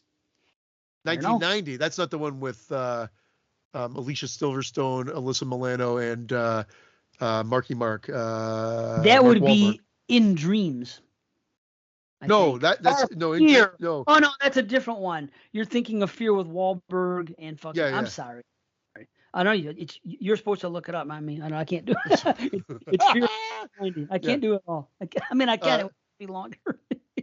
Yeah, no, obviously I think that was later on. So it was, and I like. It's a thriller. What year? That was 96. This is Fear 1990. Fuck. I don't even remember it. No. Weird, huh? Either way. Yeah, it's not even showing up, so fuck it. It's not even showing up. Okay, Hard to Die, 1990. That doesn't sound like a fucking slasher at all. There's some half-naked woman with a machine gun on the cover. So I remember that poster. It looks like it's more of a rip-off. Yeah, it's funny. Yeah. Yeah, it looks like it'd be a fucking, like, Hard to Kill, Hard to Die. Yeah. I don't know. So we're not counting that. Oh, there it is. Ali Sheedy, Fear. Oh. 1990. It's a really horrible cover art. Very few ratings, but which is why it's rated a 6 out of 10 because there doesn't seem to be that much. Who knows? Is it a slasher? It says it's more like The Eyes of Laura Mars. Okay. So again, I'm not going to fault anyone that makes these lists on these websites. They try to have as many as possible, and they put things in that aren't really slashers. It is what it is. Here's one. I'm Dangerous Tonight, 1990. It looks like it's Tony Perkins on the cover. Yeah, Anthony Perkins is in that one. Yeah. Is it a slasher? It's a made-for-TV. I know that doesn't answer the question, but I don't think it doesn't matter. A vicious slasher. Come on, 1990, Silent Night, Deadly Night 4. I haven't really heard. Whatever. The Initiation. That's not a. That's right. More of a. Yeah, I don't think that's a slasher. Well, bottom line is you're not going to load it. You're not going to load it into your 1990s are a fucking great decade of slashers. Silent Night, Deadly Night 4 is not going to be in that canon. It's just not going to be. So why even bother? The Invisible Maniac, 1990. That's a comedy. It's got to be. Look at this. An outrageous lesson in physics and physiques. Look at this picture. This half-naked chick on the cover. If you're going to tell me that's a slasher, I don't know what to tell you. It's not. No. Maniac Cop 2. Fair. Yeah. I like that one. I've always liked that one. A lot of people like it. Yeah. Maniac Nurses, 1990. That's like a sex Never comedy. Heard of it. Yeah. Lolita Meets Ilsa, the feminist flip side of blood-sucking freaks. Weird. Look at that cover. Look at it. It's fucking ridiculous. Yeah. That's not a slasher. It's not even a 90s. Who's going to reference blood-sucking freaks as the inspiration? That's bizarre, too. Right. Very, very bizarre. Click. Her days are numbered. Click, the Calendar Girl Killer. Interesting. 1990. I don't know what that is. It sounds like it'd be like a fucking late 70s, early 80s. That's not going to be what was De it? Palma Are we movie. specifically talking about 90s slashers or those inspired, quote I am unquote, by trying to Scream? be fair to the 90s fans, and I still think 2010s is going to win. Well, I'm these are giving all them the lots of benefit of it. 80s slashers then, and I just know, shitty. but Yeah. when I say that 2010 slashers are better than 90s slashers, I want to be able to say that I gave them every benefit of the doubt possible. So I'm really stretching it for their sake, so nobody can say wrong, because that's the direction I want to go in here. So I'm gonna give them that. Okay, Mirage 1990. Don't know what that is. Nicole Anton is in it. I don't know what the fuck that is. Mirage. I don't know. Deadly Manor 1990. Yep, She has that's a on. That seems to be on a lot of the streaming services. Okay. I Mirror. I don't remember seeing it. Mirror 1990. Oh, that was the yeah, I remember that being in Fangoria and then wanting to see it and then being really disappointed. It came around that same time I think that Dolly Dearest came out, Mirror. It was like most of these just went direct to video. Well, of course they did. The First Power, it's not a slasher. We know that. Nightbreed's not a slasher. The Cat First in the Power, Brain. someone could argue, it's kind of like that in the same vein as Shocker or whatever, because it's a guy jumping bodies, I believe, and Another jumping body. I think so, and there's La Bamba guys in it. Richie Valens, not Richie Valens. But the actor. We both said Richie Valens. Lou Diamond Phillips. Well, we're music people first. That just proves it. We say La Bamba, we say Richie Valens. Yeah. Yeah. Okay. Well, maybe. Okay. So and maybe. He wears a mask. It counts. I mean, it haven't seen it. It was definitely inspired. It's like a supernatural slasher in that regard, I guess. Okay. Then it's fine. Then it's accepted. So that's another movie. Procedural though too, but you know what I mean. Okay, so that's our list. First Power and Cherry Falls on top of the obvious so far. Nightbreed, no. I mean, there's an element of fucking what Dr. Decker's doing, but yeah. Cat in the Brain, 1990. Still haven't seen it. Lucio Fulci. Yeah. I heard it's not very good, even to Fulci. I loved it. But then I rewatched it. I'm like, what did I love about this? Because I was like holding it in such a high regard at one point because I just remember some terrifying sequences and some gory kills, but they didn't hold up to a repeat viewing by any means. Yeah, I'm not surprised. Okay, The Night Brings Charlie. Isn't that one of your favorites? Yeah, and not one of my favorites, but one of the ones I remember renting out of the blue and saying, hey, this is all the elements of a bad 80s slasher movie. And so I watched it. Is it good? No, I think you can watch it all on YouTube. But it had a mass killer. It tried to put a plot twist in there. And it was more enjoyable than things like fucking Shadows Run Black and 10 at 10 Killer, all that shit. Yeah, right. Yeah. Terror at 10 Killer. Right. Thank yeah. you. Okay. Well, see, we're being very, very liberal on what we're going to count 90s. It's like you said, these are 80s slashers that happen to come out in 1990. You know what I mean? Absolutely. And that's fine. Yeah. Okay. Here's one. We were just talking about this on fucking 22 Shots because we did 3 baseball movies, Baseball Killer, and he said we were talking about different sports, and one of them that came up was this. I think he just called it The Dribbler, but this was called Night of the Dribbler from 1990, and I mean this is ridiculous. I mean, look at that. I have never seen that movie ever, and that looks fucking horrible. Yeah. It looks like a basketball head guy. Yeah. With a basketball killing people. I mean, from the makers of Snuff and Zombie Nightmare. Well, that tells you everything. Yeah. I don't know. Pale Blood, 1990. Sounds like a fucking thriller. Pale Blood with some chick on the cover laying in a bed. I don't know. Whatever. I'm not. Pledge Night, 1990. Oh, that's the one with dude from Anthrax in it. Joey. Are you serious? Yeah. Joey Belladonna's in that movie? Yeah. And it's the toilet. The hands coming out of the toilet. A banana on a toilet? Why is there a banana? Yeah. How did I never use it for bananas? I used to put this in one of my lowest rated movies. Back before I saw a lot of shitbreeder ones, there was only a handful. The Weirdo, Andy Milligan was one of the worst. And Pledge Night was on that list, as well was The Prey and Nightmare Weekend. Movies that now people hold some of those in high regard. Funny enough. Isn't that funny? Mm-hmm. Fucking it is. Yeah. Here's one. You'll love this. Nightmare on the 13th Floor, 1990.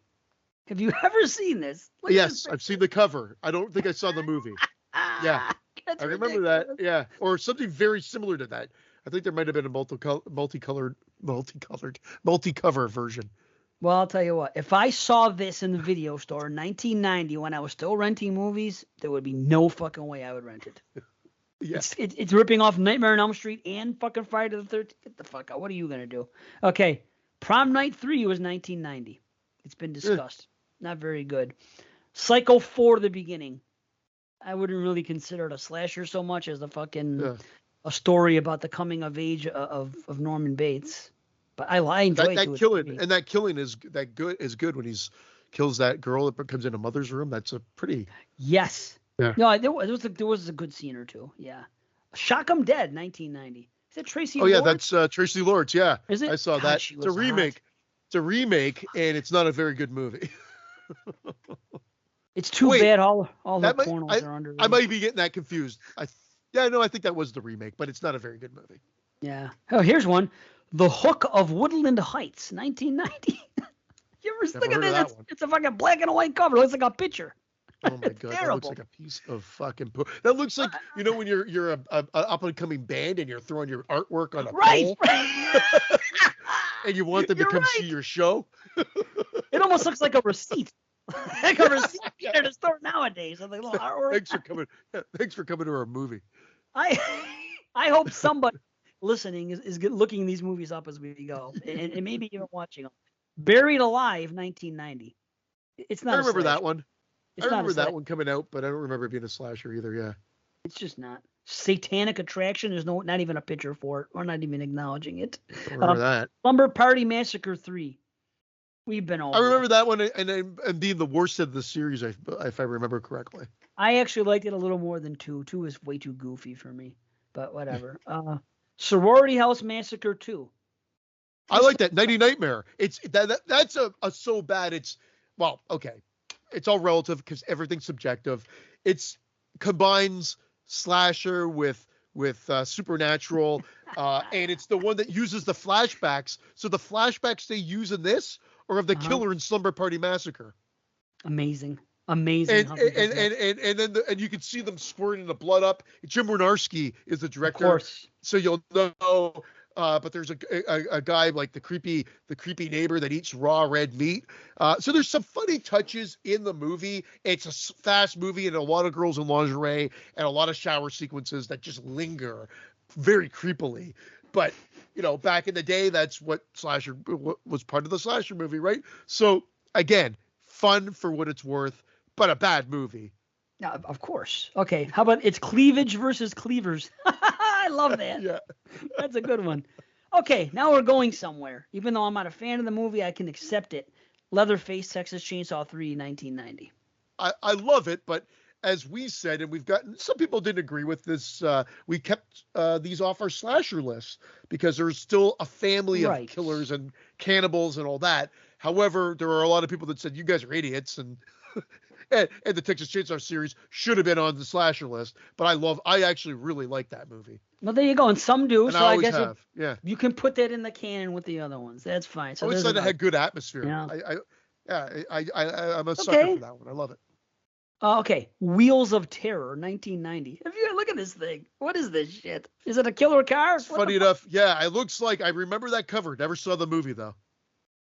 Yeah, I don't know what it is. Very interesting. Wheels of Terror. I'm a little curious. How could this be a slasher? Wheels of Terror. I'm looking on the B. I need to know. It's a TV movie. Horror thriller. A small town is terrorized by an unknown stranger who kidnaps and abuses little girls. When her only child is kidnapped right in front of her, the school bus driver begins the desperate chase to catch the criminal. Not a fucking slasher. No. Okay. All right. We're in 91. Sounds like Wheels now. of Boredom. Right? 1991, All American Murder. Christopher Walken and Charlie Schlatter. I don't know what the fuck that is. He's about to enter a jungle of sex, sleaze, and murder. He's going to college. All American Murder. Never heard Bottom of it. line, if we've never heard of it, how could you even put it in your fucking into the argument? I'm trying to see movies that we know of and that some people like at least. I don't know. 91 video. It doesn't even look like it just looks bad. Yeah, I don't know. Fuck. Blood Massacre, 1991. Serial Psychos. Blood Massacre 13. Hip Hop Locos. Las Vegas Bloodbath. I Hate You Slasher. What? That's what the box says. I don't even know what the fuck that means. That was English? I don't know. Yeah. Maybe it's it's 6 movies. Okay. It's a 6-movie set called Serial Psychos, and that's the name of the movie. Blood Massacre 13. Hip Hop Locos. Las Vegas Bloodbath. I Hate You, and Slasher. There's 6 movies, and they've decided to highlight Blood Massacre of the 6. Of those 6 movies. I don't know what that is. Okay. Body Jesus Parts, Christmas. 91. Body Parts is not a slasher. Twice on the first day Right? in the theater.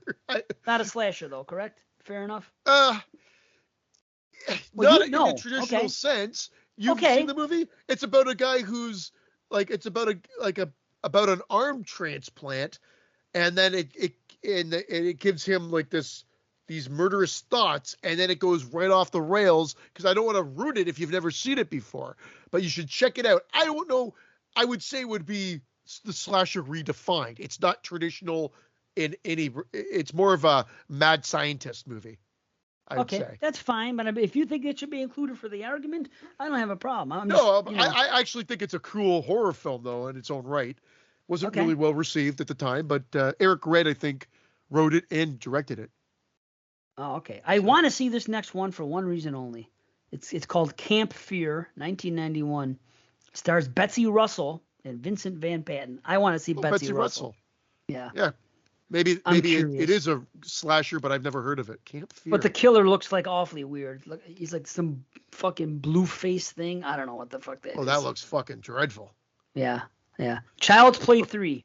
Okay. Yeah. Include it. Fine.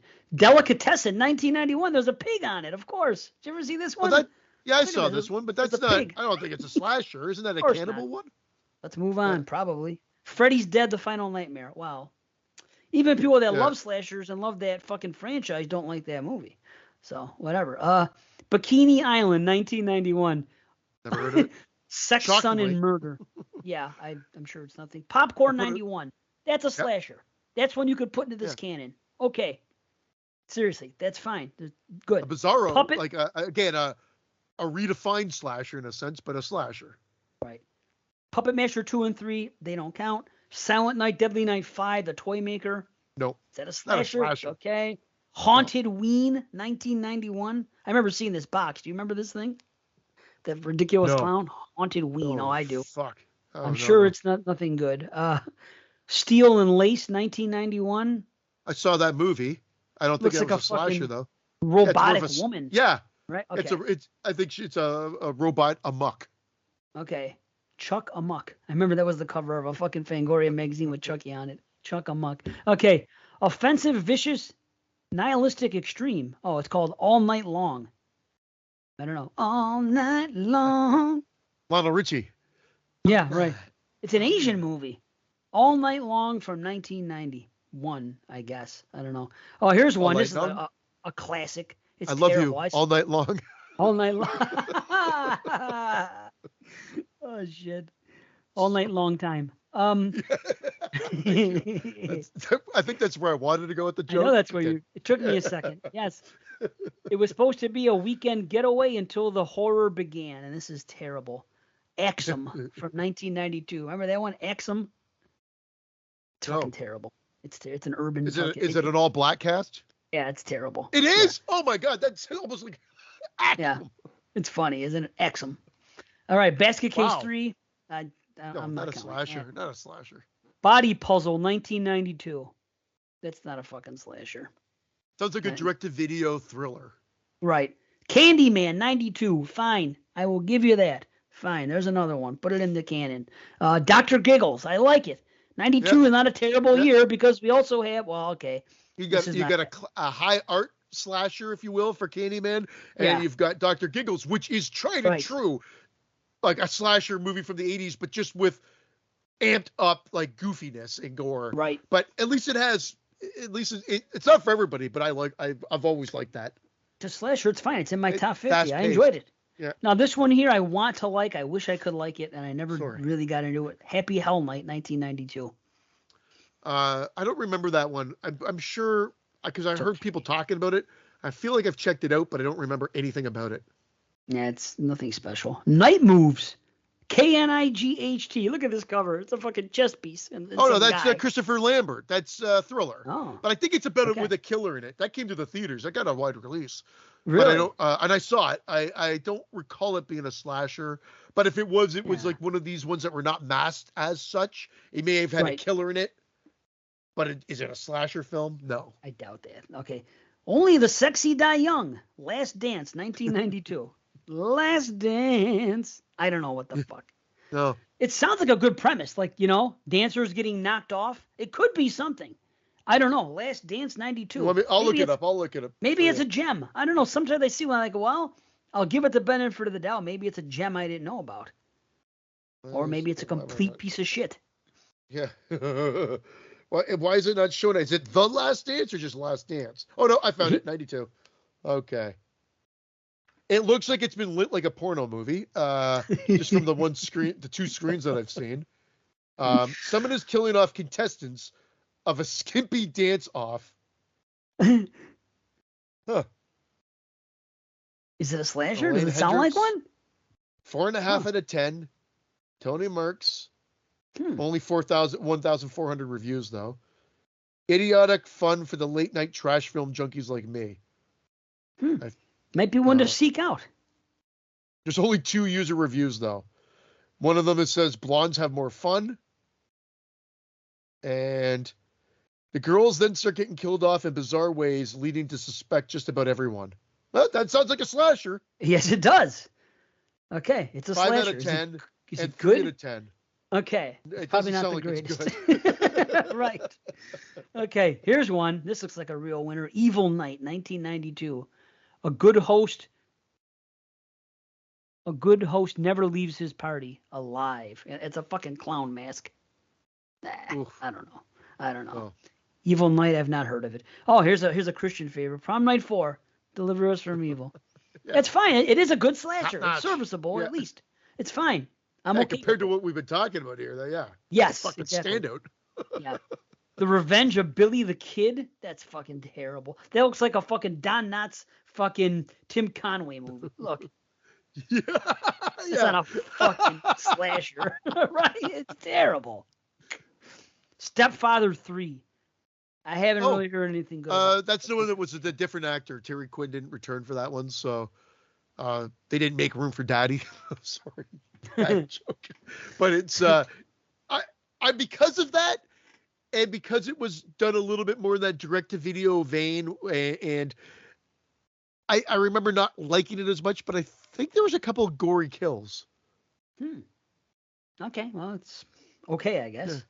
Okay, Body Bags, 93. That's not a slasher in any fucking sense. It's not even. The only thing is that first the beginning, the gas station one, which is a standout. I actually like that element, that segment.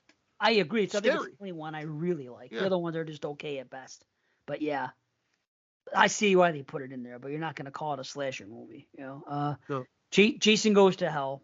We don't need to say anything else. Sorry, JP. And John Rhodes, the other apologist. Yeah. Okay, The Baby Doll Murders, 1993. That to me looks like a sexualized fucking thriller. Look at this.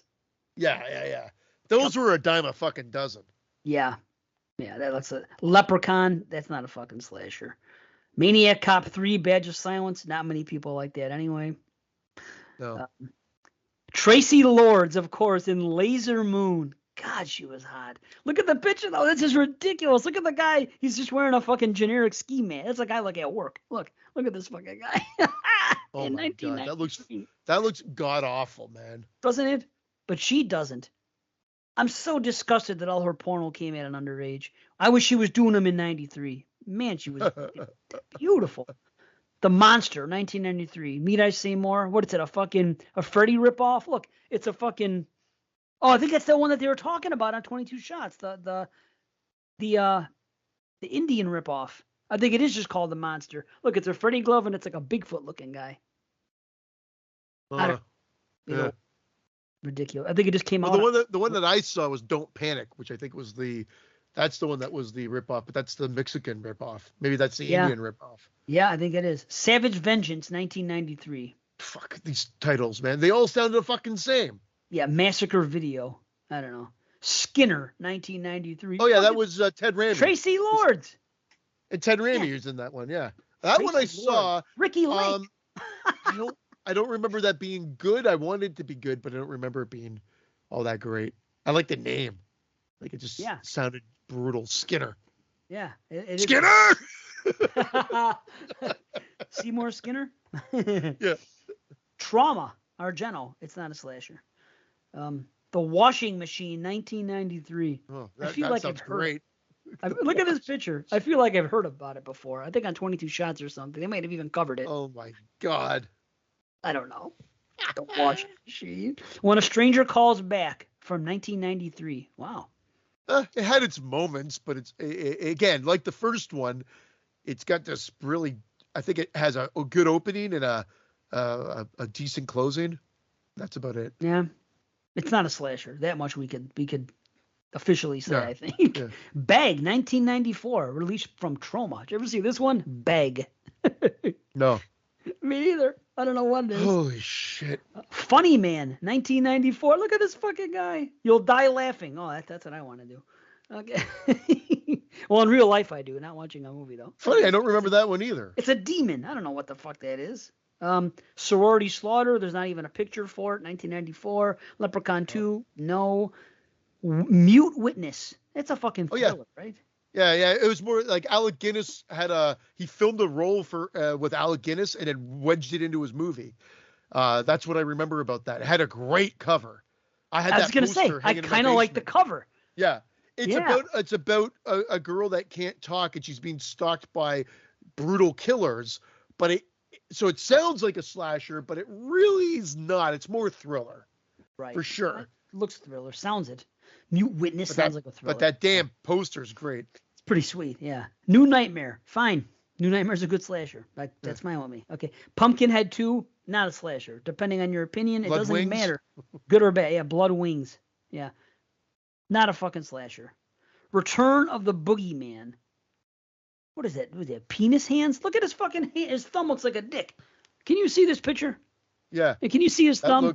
That looks fucking horrible. It's a dick thumb. It's ridiculous. Return of the Boogeyman, 1994. You got a case of the dick thumbs. Yeah. What the fuck? All right, 93, Schramm. SCHRAMM. Isn't that the guy that did Necromantic 1 and 2? Jörg Buttergeat? Yeah. He's that one is about a killer. Again, I'm not a fan of his movies. There are fans out there, but just not for me. I think, but again, I think it was a short, but it was gory and it was about a killer. It's about a serial killer. Texas Chainsaw Massacre: The Next Generation, an underrated final, girl. I'll say. That's all I'll ever say about it. Writer's Block: Truth or Dare 2, 1995. Oh, there's a bunch of those. Yeah, there's a bunch of those movies. Yeah. Bill BC knows about them, but there's a whole bunch of Truth or Dare movies that I didn't even know existed. It's a horrible fucking cover. They would not want me to rent it. They would be saying, "Don't rent me." Did Tim Ritter direct that one too? I don't know. That's your job to find out. It has to involve a computer. He's writing. Wicked Games, 1994. Beyond Passion. This time they went too far. Looks like a rape revenge. There's some girl tied up, and this time they went too far. Sounds like a fucking rape revenge movie. Wicked Games, Beyond Passion. Yeah, a Tim Ritter film. Okay, it's not a slasher. It's not a slasher. Red to Kill, 1994. Actually, we have to watch this. This is on my list for 94 horror. It's a 2-hour movie, by the way. That's why I haven't watched it yet. Maybe it's good. I didn't know it's a slasher, and it probably isn't. But, Castle Freak, not a slasher. Not a bad flick. Candyman, Farewell to the... No. Strange Vows, 1995. What a fucked up cover. Look at this fucking thing. Oh, my God. That does not look like a slasher. It looks like a batshit crazy movie, but not a slasher. Creep, 1995. Don't know. I don't think it's that other creep that people talk about in the train station. I don't think I that's think the one. it's no. I think this one was from Full Moon, Okay, or it looks like a probably. Full Moon movie. The Fear, 1995. Now look at this fucking thing. I don't know. It's ridiculous. I remember that poster. I don't remember seeing Do the you? movie. I don't. Halloween 6. Okay, I am a defender of fucking Halloween 6, especially the P cut. So I'm not gonna say nothing. Whatever. Jacko, 1995. It's not a slasher, or maybe it is. People do like that one. Dude, I don't think they're gonna Jacko. say. I don't know. I don't think it should count as a representative of 90s slashers. Ice Cream Man. That's kind of. Is it a slasher? I've seen it, but I don't. I don't remember seeing it. That's not the one with what's his face? Yeah, Clint. Yep, Clint Howard. Yep. That's him. Leprechaun 3? No. Patty McCormick in a movie called Mommy? I just don't think. Leonard Maltin's saying that it's chillingly good? It's not a slasher. Night of the Scarecrow, 95? Maybe. Direct-to-video trash? I don't know. But see, I get confused. I feel like I've seen like either Jacko or Night of the Scarecrow, but they all start blending together to me. Yeah. I know they're not the same, but I know. In my mind, they blend together for me. That's fair. There's another one too. One that I used to make fun of a lot. It's a fucking so bad it's Jack good. Frost? No, it has to do with Halloween. You're the devil, son. What is that fucking movie? Not Jacko. Oh, Satan's Little Helper. Jamie's yelling right now because we did a commentary on it, and I was the one that brought it to the table saying how bad it was. It's so funny. Well, anyway, it'll come to me maybe. The Dentist. Oh, now we're finally in 1996. We're almost to the bottom of page 3 out of 4, and we're finally in 96. Okay. The Dentist, 1996. I enjoy it. That's fine. You want to put that on your list? It's fun. Yeah. Yes. Load it in the cannon. You got about 5 good flicks. 5 Dead on the Crimson Canvas. That sounds like a fucking giallo to me. Unrated director's cut. I have no idea what it is. So, whatever. Henry 2. I don't hate it. I don't hate it. A lot of people do. I watched it expecting to hate it, and I did not. It's a different guy playing Henry, but I don't mind it. I haven't seen that 5 Dead, so I can't comment on it. Henry 2, I can't remember. I feel like I did see it, and it was okay. It's not bad. It was okay, but it feels like it just like you're like, why not just have a whole different movie? I guess they're just trying to cashing in on something that was more of a cult film anyway, which is weird. But anyway. Yes, it is. Yeah. Here we are. We're finally here. Scream, 1996. We've arrived. Now let's see what these magical 90s have in store for us. Post-Scream. Okay. Scream 96. Yes, it's the best one of the decade. Okay. Stendhal Syndrome. It's not a slasher. Uncle Sam, 97. It's a piece of shit. Oh. My opinion. So it's one of those. That's the. I think that William Lustig did that one too. He did, and maybe there's a following for it, and maybe it's so bad it's good. It's not even a slasher though, really. Maybe you'd call it a slasher. I don't know. I don't know. Okay, The Burning Moon. Oh, that's 1992. I don't know why it went backwards, but it's a foreign film. Ein Film von Glaven Ittenbach. Dieser Film überschneidet alle Grenzen. With a skeleton on the cover. A skull. There you go. Yeah. That's The Burning Moon. I don't know. 1992. Look it up. Campfire Tales. You've repeated yourself. I know what you did last summer. What's happening here? Okay, yeah. Okay. There you go. Jack Frost, 1997. There we go. I've never fucking seen it. Is it a slasher? I don't fucking know. Killer Snowman? Yeah. Well, it's a goofy slasher. Yeah. Okay. I mean, you will have people that have that on their list. Okay, that's fine. Leprechaun in Space. Okay, whatever. The Office Killer, 97. I think I liked this one. Actually. I think it might have made my list. Believe it or not, this one took me by surprise. Office Killer, 97. Quicksilver Highway. That's Stephen King. That's not a slasher. Scream 2. Fine. Scream fans are going to love it. You like it. I'm not such a big fan, but I can give it the devil its due. Scream 2 is a slasher. It's a good. Fine. The Ugly, 1997. I don't think that's a slasher, but I don't remember it. Do you remember this fucking movie, The Ugly? Nope. I don't know. Not at all. Okay. The Wax Mask, 97. I'm tired of hearing about the fucking Wax Mask because it got a release. But I don't think it's good. Ice Scream. ICESCREAM. Have you heard? There's no picture. I got to see if there a picture exists on this on the B or something. I Ice haven't. Scream, 1997. That's amazing. It's a combination of Scream and Ice Cream Man. That'd be great. Ice Scream. Oh, fuck. Wishmaster, 1997. Not a slasher. Bride of It Chuck. looks horrible. There's Ice Cream. Ugh. Oh, stop it. Who's the girl, though? I mean, that enticed me, but whatever. Okay. Ice Scream. It does look terrible. I scream, you scream, we all scream for fucking ice. This is fucking horrible. Yeah, Conrad Brooks is in it though. Okay. What the fuck? Okay. Bride of Chucky. Okay, that's fine. 98. Whatever. The Dentist 2. Brace yourself. You know what? I haven't seen it. I saw it. I I saw it afterwards because that was the one that I was supposed to see at that Fantasia Film Festival. And Brian Yuzna was standing beside me in the bar, and it was pouring rain, and he's like, "Look at all those people out there." And I just turned and realized it was him. I go, "They're all waiting to see your movie." And I guess he was kind of surprised to know that I recognized him. And he's like, "Well, unfortunately, that's not going to happen." And then they showed John Carpenter's Vampires again. Wow. Because they weren't able to get his movie across the border. It got held up at customs. Aw, that sucks. So yeah, That's too bad. so that was. I think I've told the story before, but like usual, we tell them again. And I forget anyway. Remembers anyway. Yeah. I don't know. It's certainly not me. Phantom Killer, 1998. You have got to see this fucking cover. You've got to. How fucking ridiculous is this? Holy fuck! It just looks fucking bonkers. Right? Like who would put that up? It's terrible.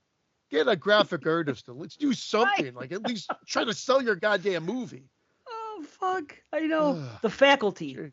Good movie, not a slasher. Yeah, not a slasher. Right? Good movie though, and definitely Scream inspired, especially the cover. Halloween H2O, fine. It's divisive, but you can load it in as a good slasher from the 90s.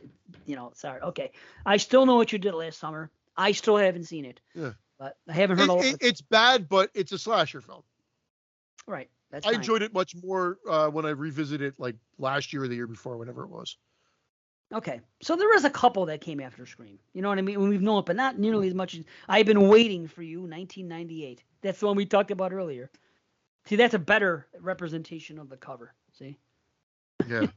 That poor. It looks so no different than Disturbing Behavior and every other cover that came out. Like that, if you showed me that and had Disturbing Behavior on it, I would have thought it was the proper cover for Disturbing Behavior. No fucking soul, man. No soul on these fucking posters. The Last Broadcast. I ain't got no soul. I don't have a soul. Yeah, that's what He's still alive. Like I'm telling you. These covers are the C skull of the fucking horror genre. Right. Cecil. Why they call him C skull? I don't know, a combination of C skull and Ebert. This movie ain't got no soul, man. That's it. C skull. Psycho 98. Do I have to say anything? Okay. Diary of a Serial Killer 19. Marco's coming in his pants right now, actually. Yeah, VVN. That's right. Diary of a Serial Killer 1998. Don't know. Strangeland 1998. Good flick. I think Diary of a Serial Killer may have been a direct-to-video Fango movie. I can't. Maybe. Don't quote me. Strangeland, I like it. Not a slasher. Urban Legend 98. We've covered it. You put that in the canon. Go ahead. Good slasher from the fucking 90s. Audition, not a slasher. Candyman 3, not a slasher. Well, I shouldn't say that. Not a good movie. Excuse me. By all accounts. The Clown at Midnight. Another fucking ridiculous looking thing. Wow. Floating heads, whatever. Phantom Killer 2. They made another one. Oh, it's the same color. Amazing. It's the same cover. Look at it. What Phantom Killer 2. You gotta be shitting me. Amazing. Oh, it only says one on the box, so I guess they didn't have one. Granny, 1999. Might be okay. I haven't seen it, but there's no cover here. But I remember seeing a cover. Granny. She's sitting in a chair. It's kind of a dark cover. I know I've seen that. I'm a little bit interested in it. I swear, if you see that cover again, though, it wouldn't pass the Dave Z test. I'd be shocked if that passed the Dave Z test. Probably, yeah. That's probably why I never saw it. I never saw it, but I'm always interested in slashers that have old folks or children as the killer, just by default. When they're like, you know what I mean, like that movie Junior or something, or something about that intrigues me more than your run-of-the-mill '90s slasher would. That's Oh, all. I think I might have been thinking of The Granny, which came out in '95, but this one came out in '99. Yeah. Huh. It's different Maybe than the one I thought, and it's different than the one you thought too, because it's okay. not the one that. Yeah, this one look. Oh my God, no, that's fucking horrible. No way I'd rent that movie. But I I'd know, piss I on know it. which one you're thinking of. I think she was just sitting Yes. in a rocking chair, right? Yeah. Look at. Yeah. Yeah. Cola Boats, 1999. We've discussed that on the show. I don't think it's a slasher, right? Lighthouse, 1999. Lighthouse. I don't know if it's a slasher. I think it's okay, so I've heard. Ravenous, 99. Not a slasher at all. No, it's a cannibals, right? Retro Puppet Master, no. The Deadly Camp, 1999. That looks like an Asian movie. It is. It's definitely. That looks like. There's a samurai guy on there. Who knows? No one's ever talked about it. Sleepy Hollow, no. Wishmaster 2, no. 303, Faith Revenge. No fuck. It's another Asian one. Looks fucking weird. Freak 99. Heads Crusher 99. No pictures. Don't know. The Fear Resurrection. The Fear 2. Crusher. The Fear 2 Resurrection. Oh my I don't lord. know. 99. It's fucking terrible looking. Oh, it's that wooden guy, right? The Fear, that face we saw before. Look at him. He's still here. He's still hanging about years later. The Fear 2 Resurrection. I guess that must have had some sort of. Maybe he got like a following on either video or on pay TV or whatever, HBO, Okay. whatever. Lovers Maybe? I don't know. Lane. Lovers Lane 2000. Yeah. We've said it, but it's not very good. School's Out 1999. Oh my God, that's a fucking post Scream at its worst. Look at this fucking thing. Oh yeah, wowzers. Terrible. School's Out 1999. And here's the last one, The Catcher 2000. Wow, another baseball one. Brian Hefner, Joe Estevez, and Monique Parent. Look at this, The Catcher. Joe Estevez. That looks fucking horrible too. Yes, that it does. Wow. So there's that. Yeah. So there's all that. I think we have to save the other for the 2010s for the next show. The list. Okay. And to compare, We'll just only because. it. Yeah. Okay. I think we gotta. But I got to think it's gonna win. We could sit on it. We can sit on our thoughts. There's nothing different than what we've said. It's Scream 1, 2, 3, Urban Legend 1 and 2.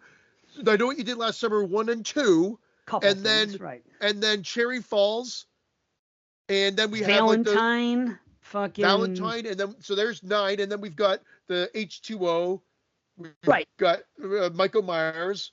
Pre-screens. The Curse of Michael Myers. The pre-screens. Yeah, I did those already. You know, I mean, that we're at the 12, maybe 15. Popcorn, Candyman. Yeah. Chucky's. Okay, yeah, maybe so between 15 and 20, but that's pushing it. And then most of them are the mainstream movies, like the ones we like the Big Five, the franchise ones, the Child's Plays, the Texas Chainsaws, whatever. Right. That's it. So, yeah, that's actually a good idea, not just because we're running late, but because now it gives us time to sit on it. And then also, hopefully, if there are more that people feel we should add, give us some feedback for the 90s themselves or post-90s stuff, the early 2000s, like a Cherry Hill or like a Valentine or something like that mocks and don't say Final Destination, even though the cover looks the way it does, that does not come off like a fucking a 90s slasher to me. What was that one that you guys like? There's like a handful of people that like it. That Shredder one that came out, and was that 2000 and something? Oh yeah, when was Shredder? You're right. I did 2003. Like Shredder. Okay. I think it was 2003. So, I do like that movie. It is. Because Carrie got that one. Carrie got that one on oh my God, why am I drawing a blank? When the screener tapes. And I had that, so I had a bunch of screener tapes when we still had VHS back in the day.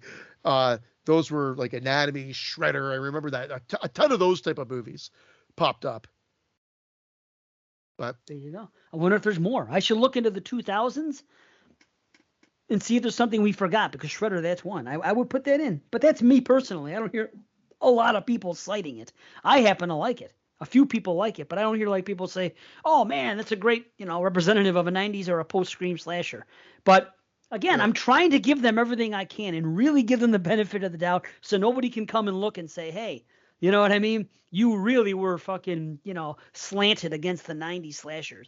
There's no way they're going to be able to say that. Well, we'll do And from again, 1990 to 2005, and then do 2006 to 2001 or whatever, or 2021 or whatever. It's like almost like a 15 year window to absorb any of those leftover ones that right? possibly could have been shelved or whatever. Like, What but was I that still one think from 2004 that I said I liked? That we said, oh, it was 2004. Actually, we were talking about the year it was made earlier on in the show. Whatever it was, it doesn't feel like it's a post-Scream slasher. See, you have to be able to be fair and decipher. Like, we know the other ones, despite the year they're made, it has that feel. But I forgot. Shredder wouldn't be what I'd say. Shredder would be definitely just a slasher film.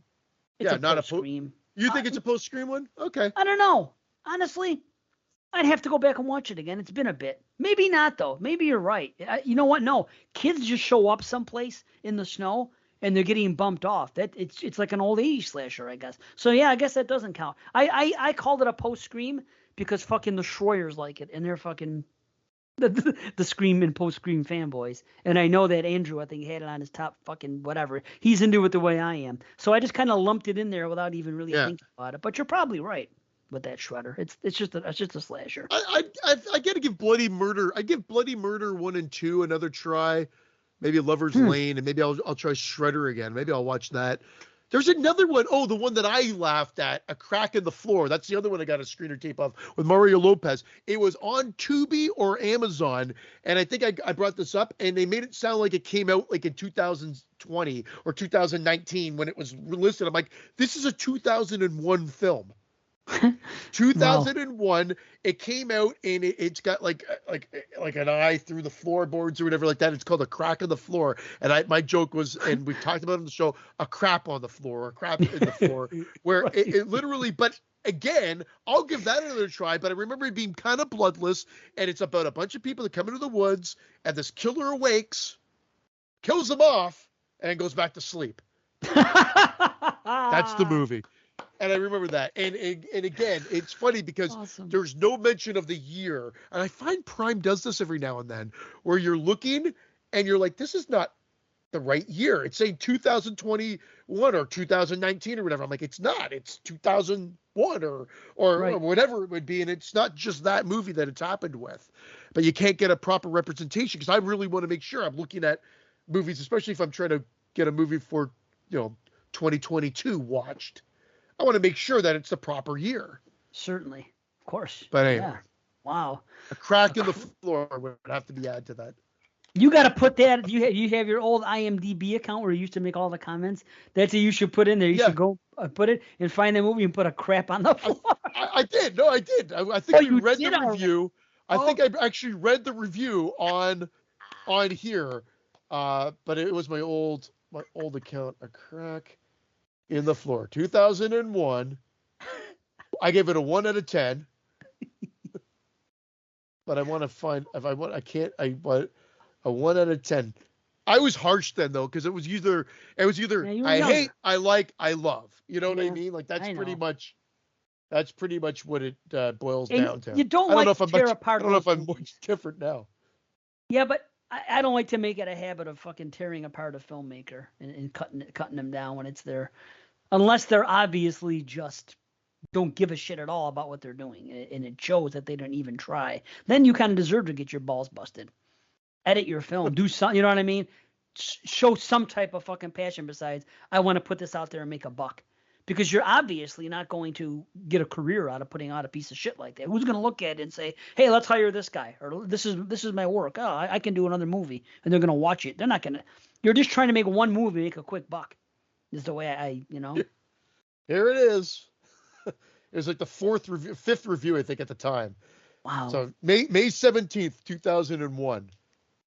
I'm sorry, guys, because I'm almost positive I've read this on the show before, because I've done this in the past. Spoilers ahead, if you can call them that. There's no reason to watch this worthless slasher. A killer with a twitchy eye awakes. Mario Lopez from Saved by the Bell leads a bunch of nobodies into the forest. They all die. Everybody. And rather bloodlessly at that. The twitchy-eyed killer goes back to sleep. The end. So many unintentionally laughable moments, no fun whatsoever. Gary Busey's role is stupid and about 1 minute long. Should be called A Crap in the Floor. I was so witty at the time. Oh, see, here's where is. you fucked up, though. Here's where you fucked up. The heading should have said a crap in the floor. You know how they have the heading at the top? Yeah. That's what I thought you did. Wait, you said it's what how many down? Oh, well, you have to refine, because now IMDb has a ratings all. To a rating of 1? Well, yeah, it was you have to do it by order. I put an order of review date, because I knew not many people had seen that movie when I did it. Oh, review date, huh? Okay, I gotta find this somehow. I have got to fucking find this thing. Okay. Oh, I see the refining. Sort by review date, huh? Yeah, I think it's already. Prolific reviser. Okay, that's funny. I don't think I was prolific. That's funny. We got a 3, we got a 2, we got a 9, and a 6 says crack up. And then above average slasher stylized killer, Busey versus the universe, a joke, cheese and crackpots, worth watching to see how bad it is. What a disappointing film. Why can't I find this? Maybe I got to go to the what do you call it? Mine was just horrible. But you're right. It should have been called a crap in the floor. But I think they had censorship issues at the time, because even when I put a crap in the floor, I had to censor it to, CR.P in the floor or whatever. Mm-hmm. Anyway, I know it was on Prime, because the last time we brought this up was when I found out it was on there, but it was showing the date as if it was a new movie. Oh, okay. A couple years ago. Anyway. Weird. Oh, here it is at the very bottom. It's the last on mine. Okay, I found it. A carp on the floor. CR.P you wrote. That's funny. Is that a fucking is that a what do you call it? Is that a typo or is it an editing thing? No, you found it with that name on it? Mine just is horrible. It does, but at the very bottom it says should be No, called. I just told you what I did. I just explained that. I said I think they had censorship issues at the time. You must have been going through. I just said the whole thing. Yes, yeah. Idiot that I'm sorry. I explained everything. Well, the listeners know. It's even funnier. Unbelievable. Well, that's me for you. I fucking unbelievable. I gotta find this now. I want to find all your reviews, but I couldn't find it. Damn it. That's okay. Either way, that is funny. I'm gonna read these fucking reviews. A crap in the floor. Okay, so I guess we gotta be out. The time flew again, it seems. I don't know. Yeah, and you know what? I feel like at least with BS, we incorporated a lot more horror into this podcast, and sometimes. So, hey, you're welcome. Yeah. You're welcome, he says. Yeah. So next show, we'll be back. We may or may not have a special guest. We don't know. We'll see when the time comes. But we will definitely do the 2010s discussion, and then people can weigh in and say, hey, what really is better? Are 90s slashers and post-screen slashers all they're cracked up to be, or is it a bunch of hot air? I don't know. But it'll be fun. Or are we blowing the 2010s too much? Because that could be possible. Who knows? Maybe I'll look at, I guess we're wrong. I guess we were so impressed by these 8 movies that we want to say that it was better. I don't know. Should be interesting, though. So we'll at least do that next show, and we're going to, we got to do our drawing. Let's get what year? Live on it just automatically removes the years we've done already? I don't know if it does on this one. Okay. Oh, well, then we'll just have to keep a running tab. Yeah. Number. For 2 years. So in there. It's pretty easy. 1 in 37. Wait, no, that's the wrong one. Hold on. It should, though. 1 in 37 is the other one. Yeah, 1985 to 2014. Yeah, it says 2000, 97, 65 so far. So let's see. Generate. What's it say? 83. Hey, we're in the 80s. Could be anything, man. I will tell you something. What have we already done? We've done the Dead Zone on the show. Yep. Have we done Vertigo? We did do Videodrome. So we've done Dead Zone and Videodrome. The two. That's good, though, because that gets us to branch out a little bit more. So this is funny, though.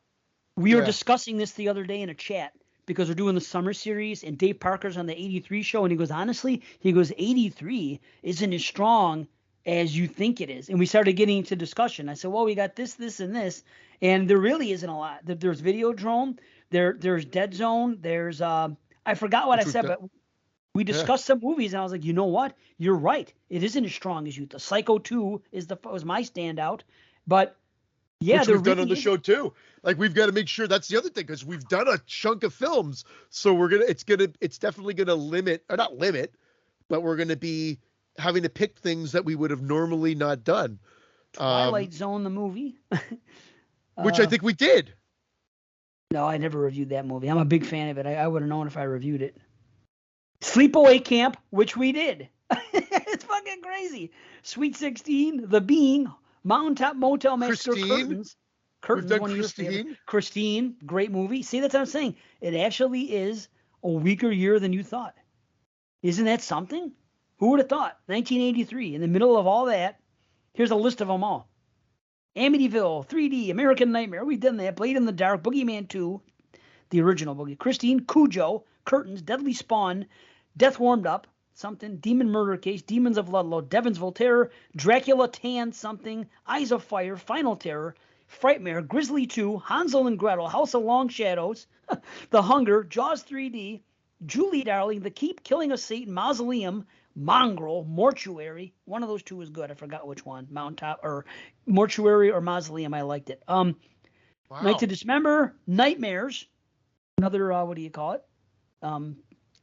Anthology of Unknown Origin. Orgroff, Olivia. We did Nightmares on the show, man. There you go. One Dark Night, Panic Beat, The Prey. Oh boy, fuck, watch out. Fuck. Psycho 2, Scalps, which by the way, fucking John Rhodes was just saying the other day, I should add it to that slasher list I have. Scream Time, Skullduggery, Sledgehammer, Sleepaway Camp, Soul Survivor is interesting. Something Sweet Wicked, 16.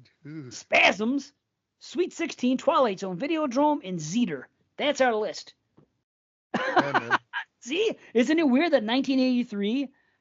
It's a little bit of a weak year in the middle of the year. And there's quite a few that we've done already, so it's a matter of just picking from something that I want to do. My God. No. I mean, the Final Terror's in there, but I feel like we've talked about that enough. I know you don't really like that, but I think we've talked about enough just through conversation about slashers and that time frame and whatever. So it will be interesting. Maybe The Prey, just to do. Maybe I'll watch. But we've talked about it a lot. Oh my God, yeah.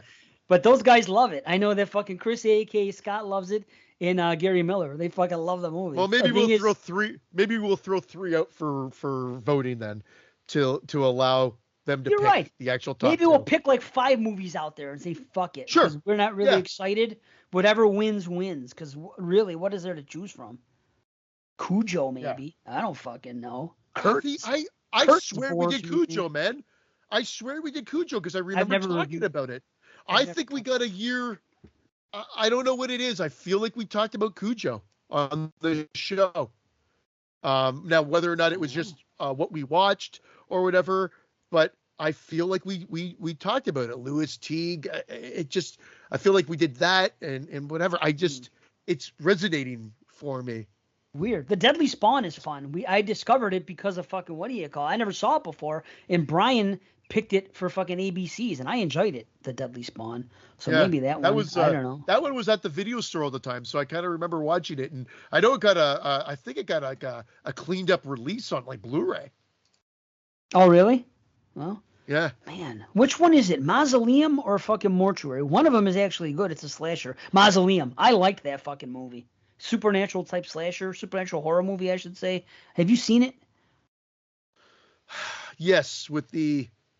Yeah, I liked it. I feel like this is not the one with the tits, right? With the eyes on the. No, that was something else. I always confuse it with this movie. Maybe we should do Mausoleum and Mortuary. They fit in together. I don't know. Well, like you said, I agree with you. We'll get a list. We'll get a list of maybe 5. Okay. 4 or 5, and then we'll do the top 2. There you go. That's fair. We'll put it out there. I'll put it out early too. Fuck it, so we'll have plenty of time. Awesome. So that's it. Next show. A couple of 83s and 2010s for the battle. I can dig it. Cool. All right. Well, let's get out of here. Hope you guys enjoyed the show. We'll see you all soon. And maybe happy spring. Hopefully it's nice where we got weather in May. Fucking finally. Right? Yeah. So, all right. See you later. Peace. Bye, everybody. News.